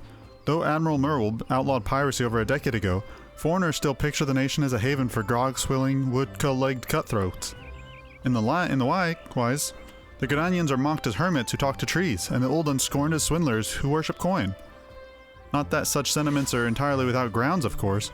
Take that pillar of Uldan society, Talaji Adalaji, there for example.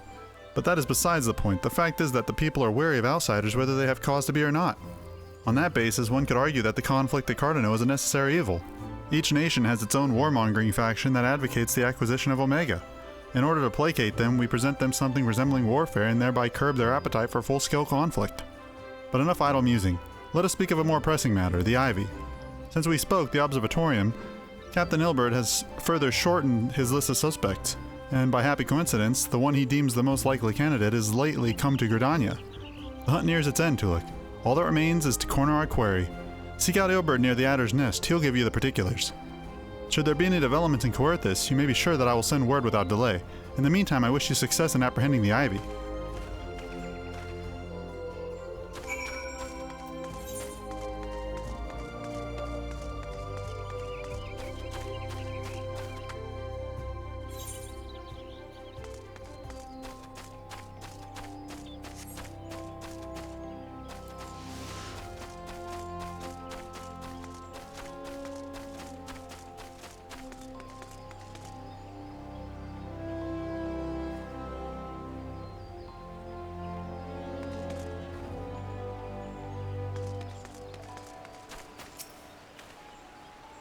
My thanks for coming, Scion. Doubtless the commander has informed you, but we have unmasked the Ivy. From this point on, we must proceed with extreme caution.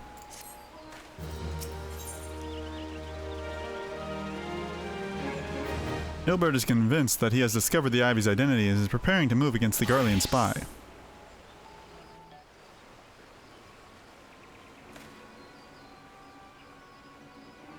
Listen well, the spy has been seeking all this time is none other than Flame Marshal Alain Roalil, Robon's second in command.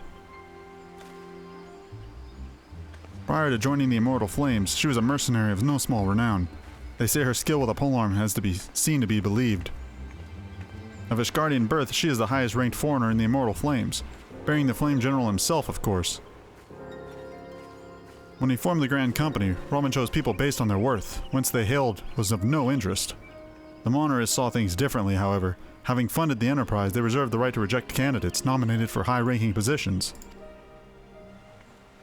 And 'twas no secret that they did not favor foreigners, Ishgardians especially, after the way the Holy See forsook the Alliance. Yet the Monarchists did not raise so much as a murmur of protest when Roel was appointed to her post. Passing strange, is it not? Could it be that the Ivy has some hold over the Monarchists?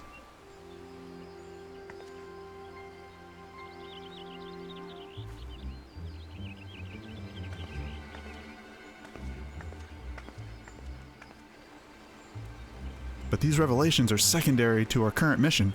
Of foremost interest to us is Roel's presence here now. As you may be aware, it is the duty of the Flame Marshal to command the Immortal Flames in the absence of the Flame General. While Robin attended the Council of Alliance Leaders, she should have remained in the Hall of Flames. The woman has no business being in Gridania, yet here she is nonetheless. On some pretense, she is up to something, mark my words. Even as we speak, I have a dozen men trawling the Flames records for evidence of Roel's guilt, but if we can catch her red-handed, we shall have all the proof we need. Which brings me to the plan.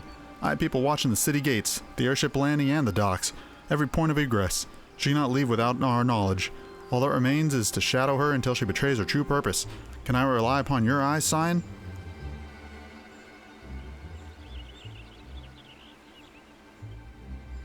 You have my thanks. Let us go then and take care not to alert our quarry.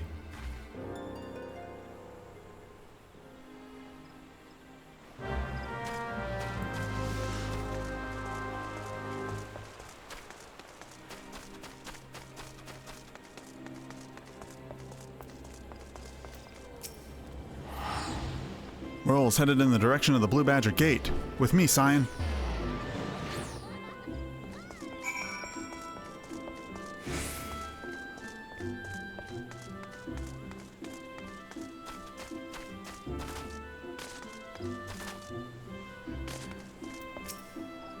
So, Roel's entered the Caroline Canopy. Meeting someone perchance? Or could it be she means to board an airship?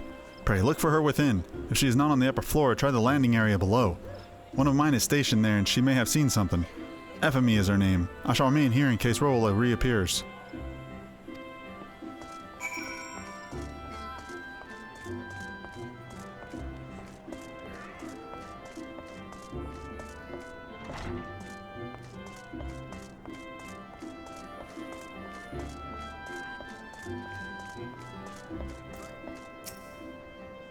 Tolucc, such an unexpected pleasure. What brings you here? A social visit, you say? How pleasant. No, she didn't come this way. I've noted every passenger and none bore any resemblance. Well, don't let me keep you.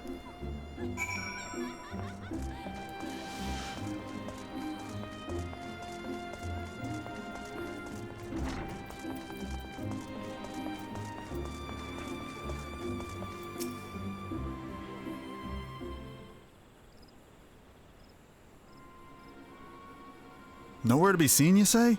And you're sure she didn't board an airship? She did not come back out either. Where in the seven hells could she have gone? The Roost! How could I forget? Greetings, good sir. Might I interest you in some Muntoy tonic? A cup a day imbues a man with great vigor. If you take my meaning. Perhaps another time, friend. Wait, that necklace. You're a shinobi of Doma. The woman you seek has left Gridania by way of West Shore Pier. She was attired as a merchant, but these eyes are not so easily deceived. You may wish to take your search to the East Shroud. Rest assured that we shall continue to support you from the shadows.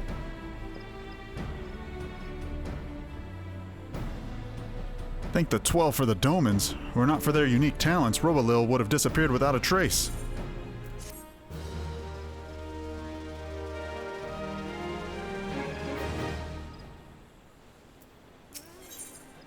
Ilbert is eager to resume the pursuit of Eileen Royal.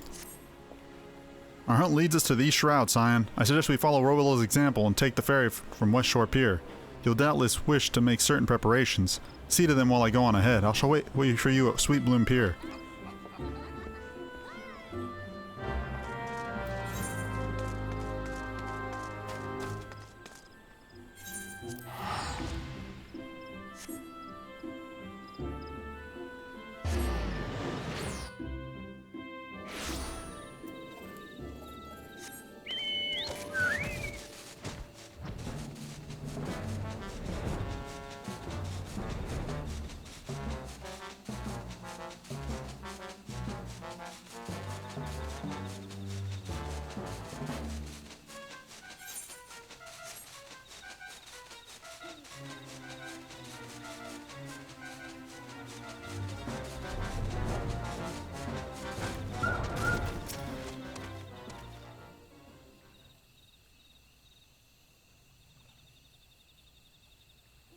This way, my friends.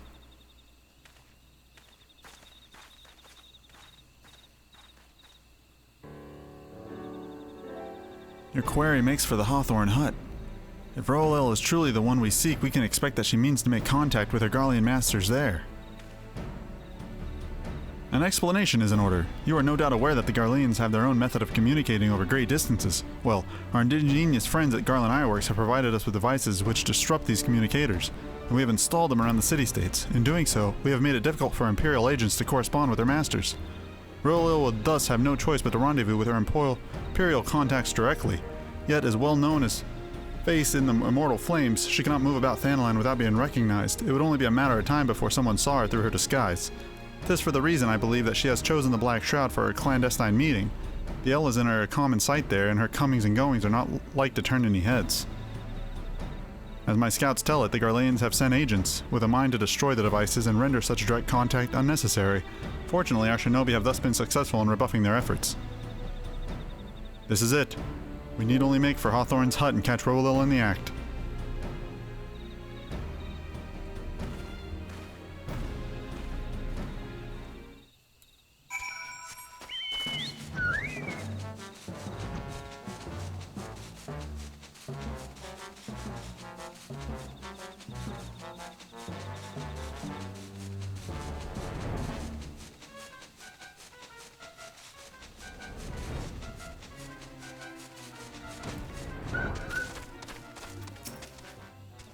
My people report that our quarry has departed for Bramble Patch. The Ivy returns to the Gnarls whence she came, but perhaps it is all for the better. To convict someone of her standing will require damning evidence against her. What could be better than to catch her in the act when she meets with the Garlean masters? My countrymen and I shall lie in wait in the shadows. Tread warily, my friends.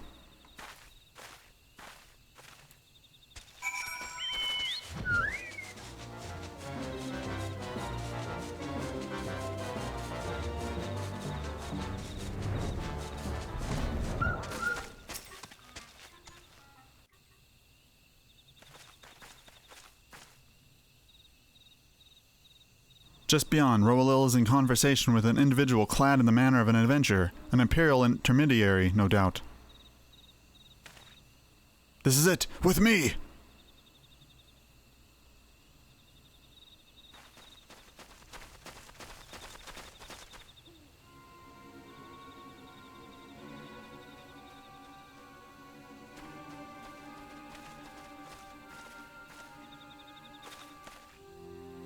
Flame Marshal Elaine Roalil, you are under arrest for treason and espionage. You are followed, you bloody fool!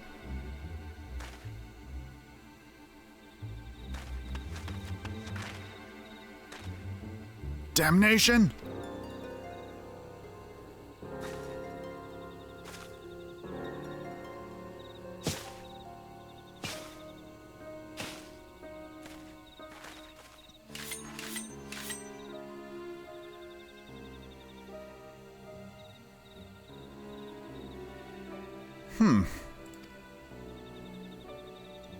You are unarmed, my lady, and scarcely garbed for battle, but if you wish to fight, you are welcome to try.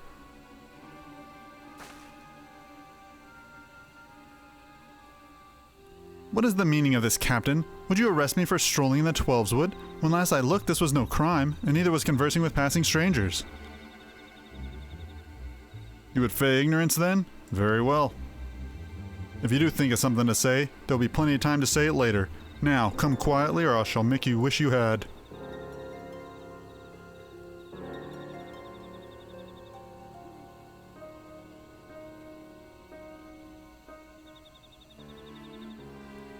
I will offer you no struggle. After all, I have naught to hide.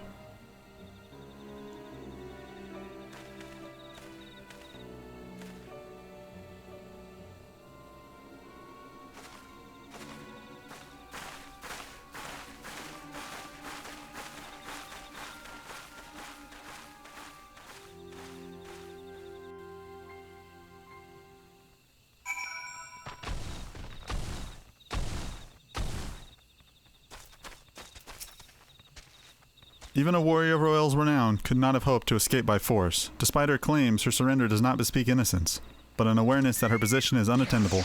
With the ivy thus uprooted, it is to be hoped that the tendrils she entwined around the immortal flames will gradually wither and die. Mayhap then the people of Ul'dah will have the grand company they deserve. But let us speak of the present. If I may ask, what will you do now, Tolucc? So, the Scions seek a way into Iceheart's sanctum? Then I dare say you are eager to return to the Rising Stones. Pray, do not let me keep you. Fear not, my countrymen and I shall tend to the aftermath. You need not waste your talents here. And speaking of talents, you have been training in the arts of the shinobi, have you not? The change in your bearing is quite evident, to me at least. I look forward to seeing you in action. Till next time, my friend.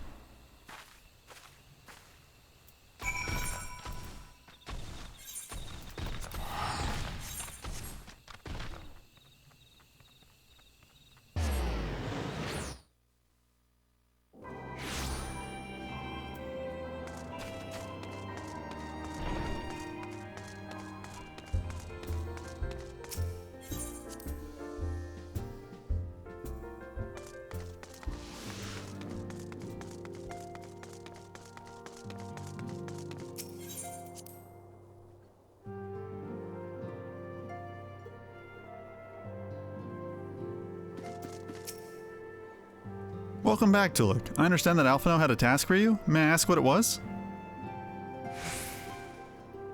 Charges of treason and espionage against Alain Roalil? I can scarce believe it. Could there not have been some manner of misunderstanding? No, it avails us not to dwell on it. Whatever the truth may be, we must trust to the authorities to uncover it. Let us speak of another matter. I am pleased to report that we have made progress in our efforts to find a way into Iceheart's sanctum.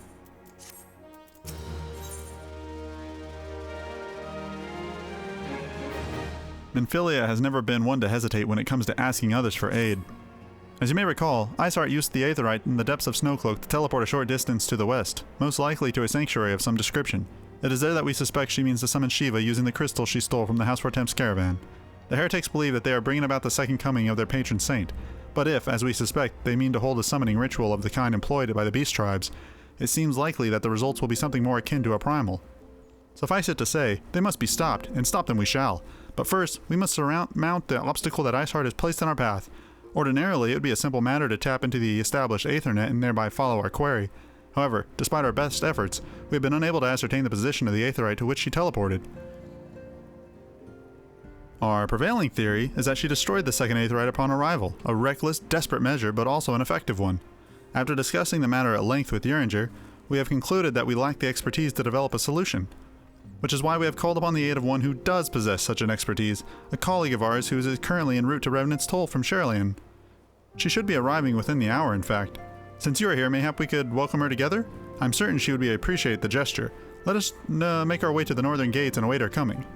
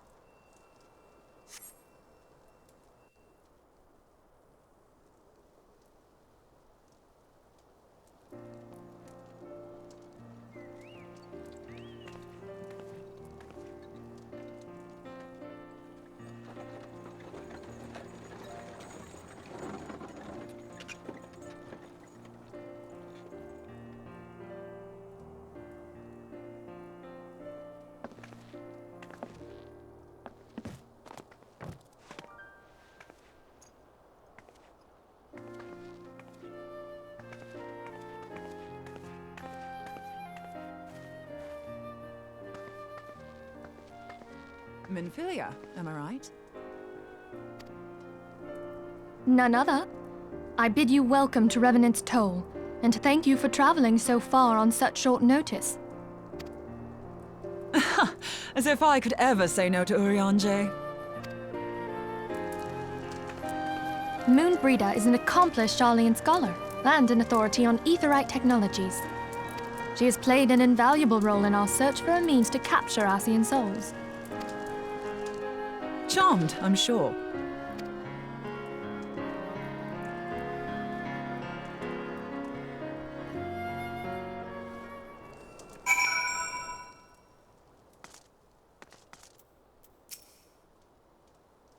Let us return to the Rising Stones at once, then. We have much to discuss.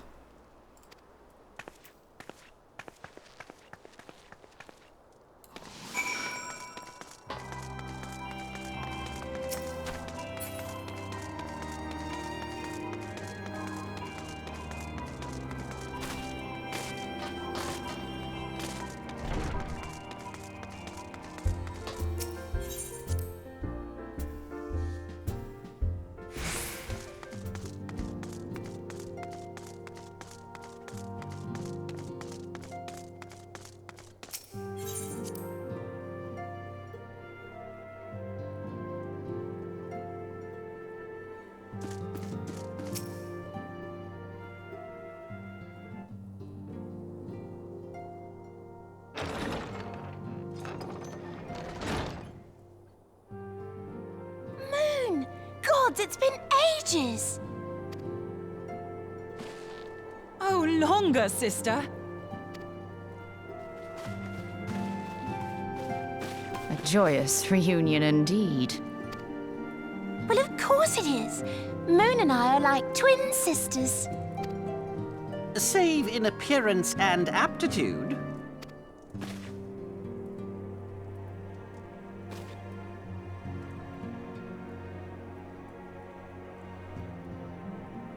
Everyone, if I could have your attention.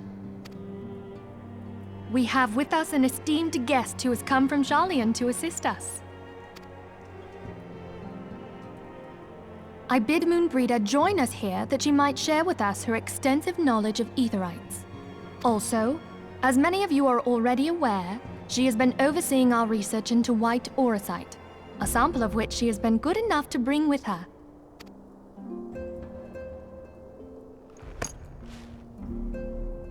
Well, I had to come, didn't I? You'd have to be bloody daft to turn your nose up at a chance like this. Where better to conduct my final tests than a land so steeped in ether you can taste it? 'Tis plain the passage of the years hath done little to dampen thy youthful spirits. And nothing at all to reform thy youthful manner.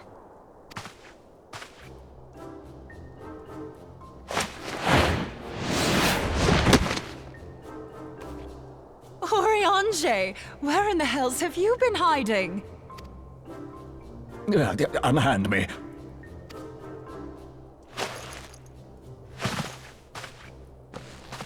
I come all this way, and that's what you have to say to me. I much preferred when you were pleading with me to drop everything and hurry to your side. What was it you said? None save thee can satisfy this need. Go on.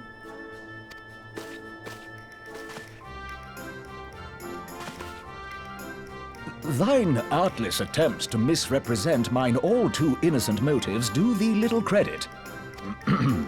Mine intent, as well thou knowest, was but to impress upon thee the gravity of the circumstance. Lest thou doubt, a deiform entity shall shortly be summoned, save if thou and no other grantest my compeers thine aid. You still haven't found it, then? Your missing aetherite? We have not. No. We know that Iceheart teleported to an aetherite not far from the first. Yet even after careful analysis, we could not locate the second beacon. We now suspect that the heretics destroyed the second aetherite to impede our pursuit.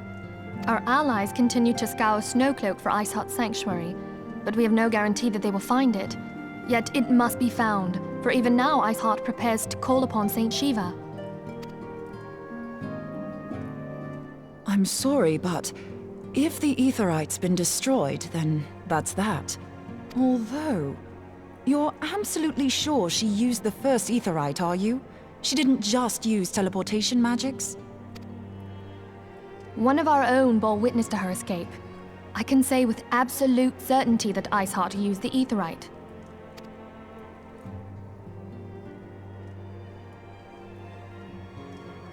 In that case, there might be a way, so long as the ethereal current is still flowing. Truly? How? We use the current to recreate the beacon. As you know, Aetherites are a bit like lighthouses. We use them to reconstitute our physical forms when crossing the ethereal sea. Without them, we'd lose all sense of direction and our essence would dissipate. However, we don't rely solely on these beacons. There are currents of ether which flow between them, currents which help guide us to our destination. Now, these currents will gradually dwindle away to nothing if an Aetherite is destroyed. But if even a sluggish flow remains, we could theoretically use it to direct a surge of concentrated ether towards the void left by the beacon, and thereby fill it up again. Like opening the floodgates to fill a dry riverbed. Though, correct me if I'm wrong, but would we not need a veritable reservoir of ether? In concert, we might manage to channel a sufficient volume, yet that is not my chief concern. To direct the flow of so great a volume of ether with the requisite precision would be a nigh impossible task in itself. I barely succeeded in facilitating travel to an unattuned beacon. That which you describe sounds considerably more difficult.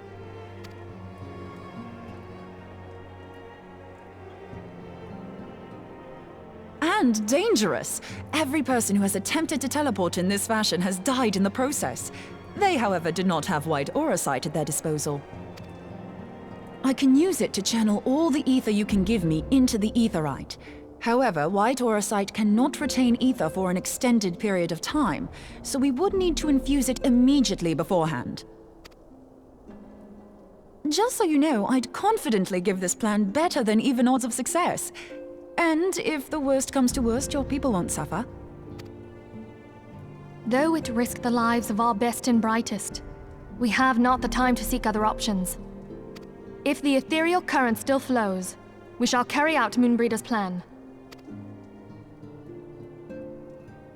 That's the spirit. Let's roll the dice.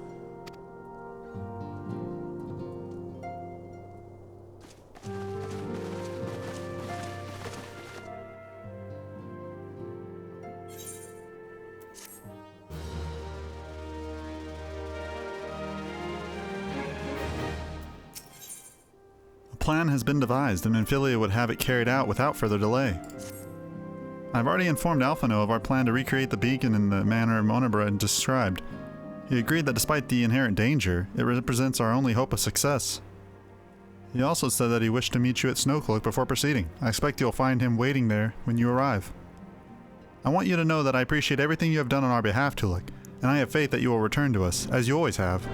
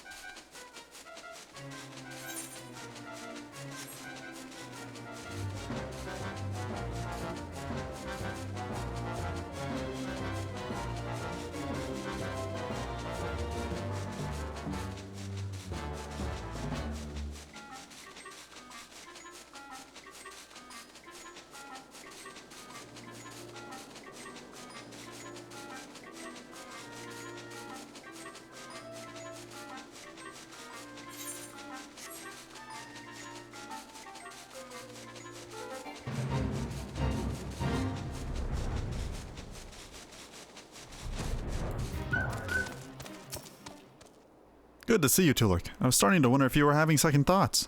Captain Ilbert sends his regards, by the way. He attends to the interrogation of Elaine Royland and Ulda even as we speak. But I shall not distract you from the matter at hand. We can discuss the Ivy upon your return. I trust that, by which I mean to say, the others are waiting for us at the Aetheryte. After you, Scion.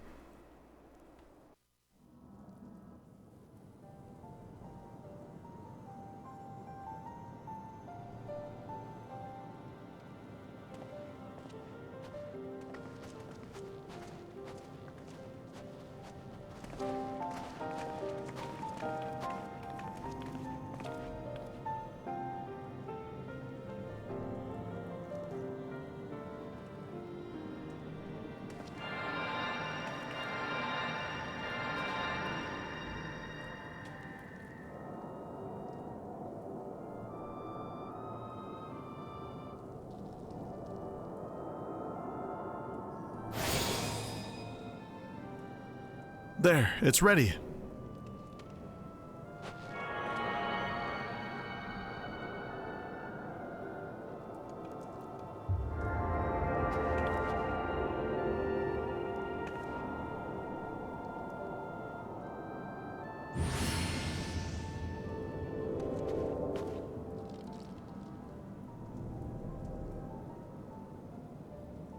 Ha! It worked, I think. Try attuning to the Aetheryte now. Feel for the current and try to locate the beacon.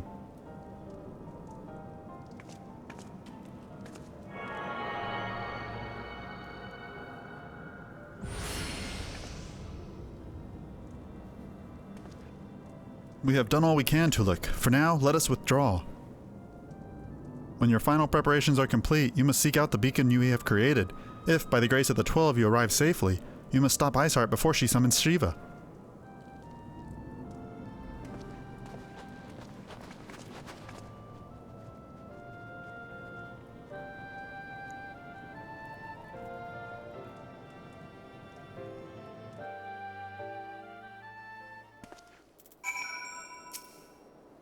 We cannot ignore the possibility that our actions have alerted Iceheart to our plans.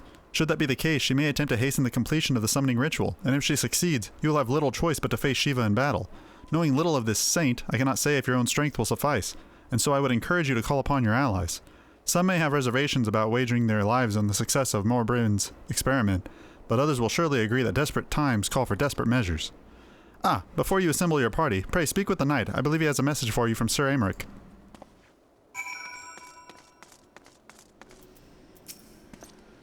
Madam, Sir Aymeric regrets that he cannot be here in person and asks that I read this letter to you. Ishgard faces an unprecedented threat, yet in our hour of need it is not her knights who stand poised to defend her. Tolucc Goro, the warrior of light, savior of Eorzea, your deeds this day shall not be forgotten. Where others would flee, you choose to remain. Where others would falter, you rise to the challenge. Where others would use their gifts for selfish ends, you wield yours in service to a greater cause. May Helon bless you with good fortune and seek you safely home.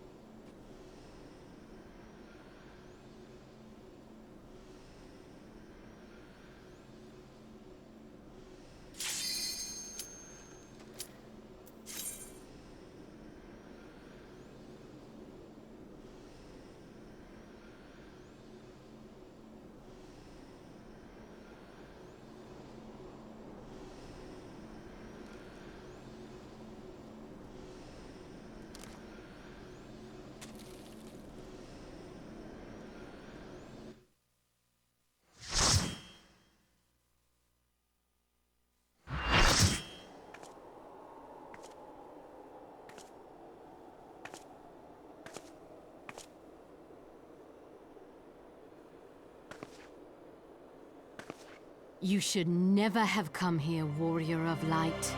I labor only to forge a lasting peace. A peace you would deny us out of ignorance and blind faith. No matter.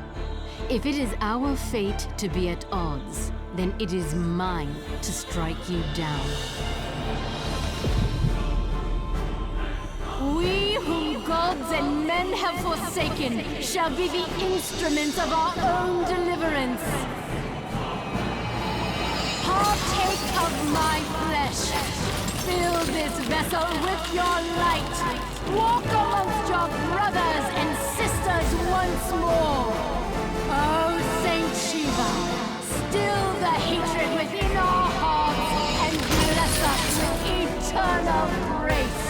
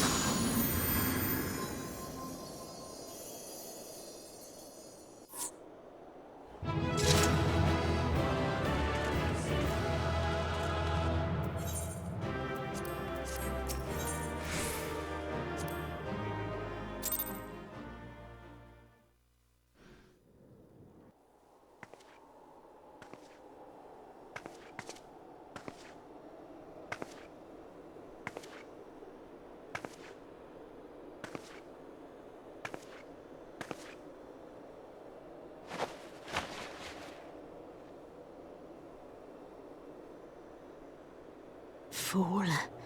Blind, bloody fool.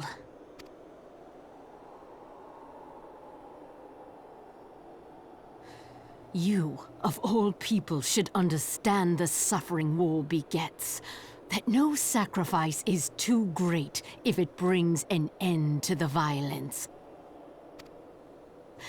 Mine is the righteous cause. You fight in a war you do not understand. A pawn of liars and schemers.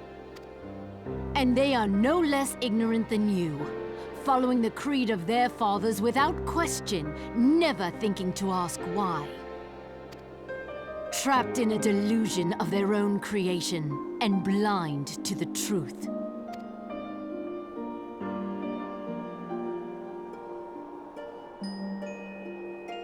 Warrior of Light, redemption is not beyond us. We who walk before may lead those who walk after. Seek the Keeper of the Lake. See with eyes unclouded.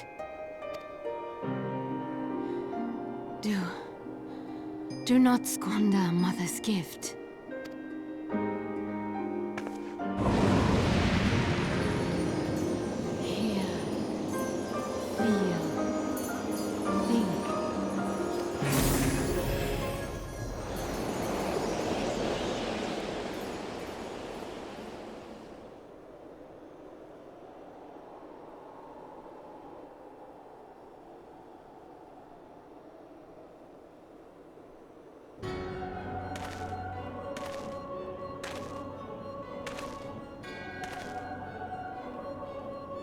And so the vessel withdraws, a predictable outcome. Nevertheless, La Habrea will be pleased. How unfortunate.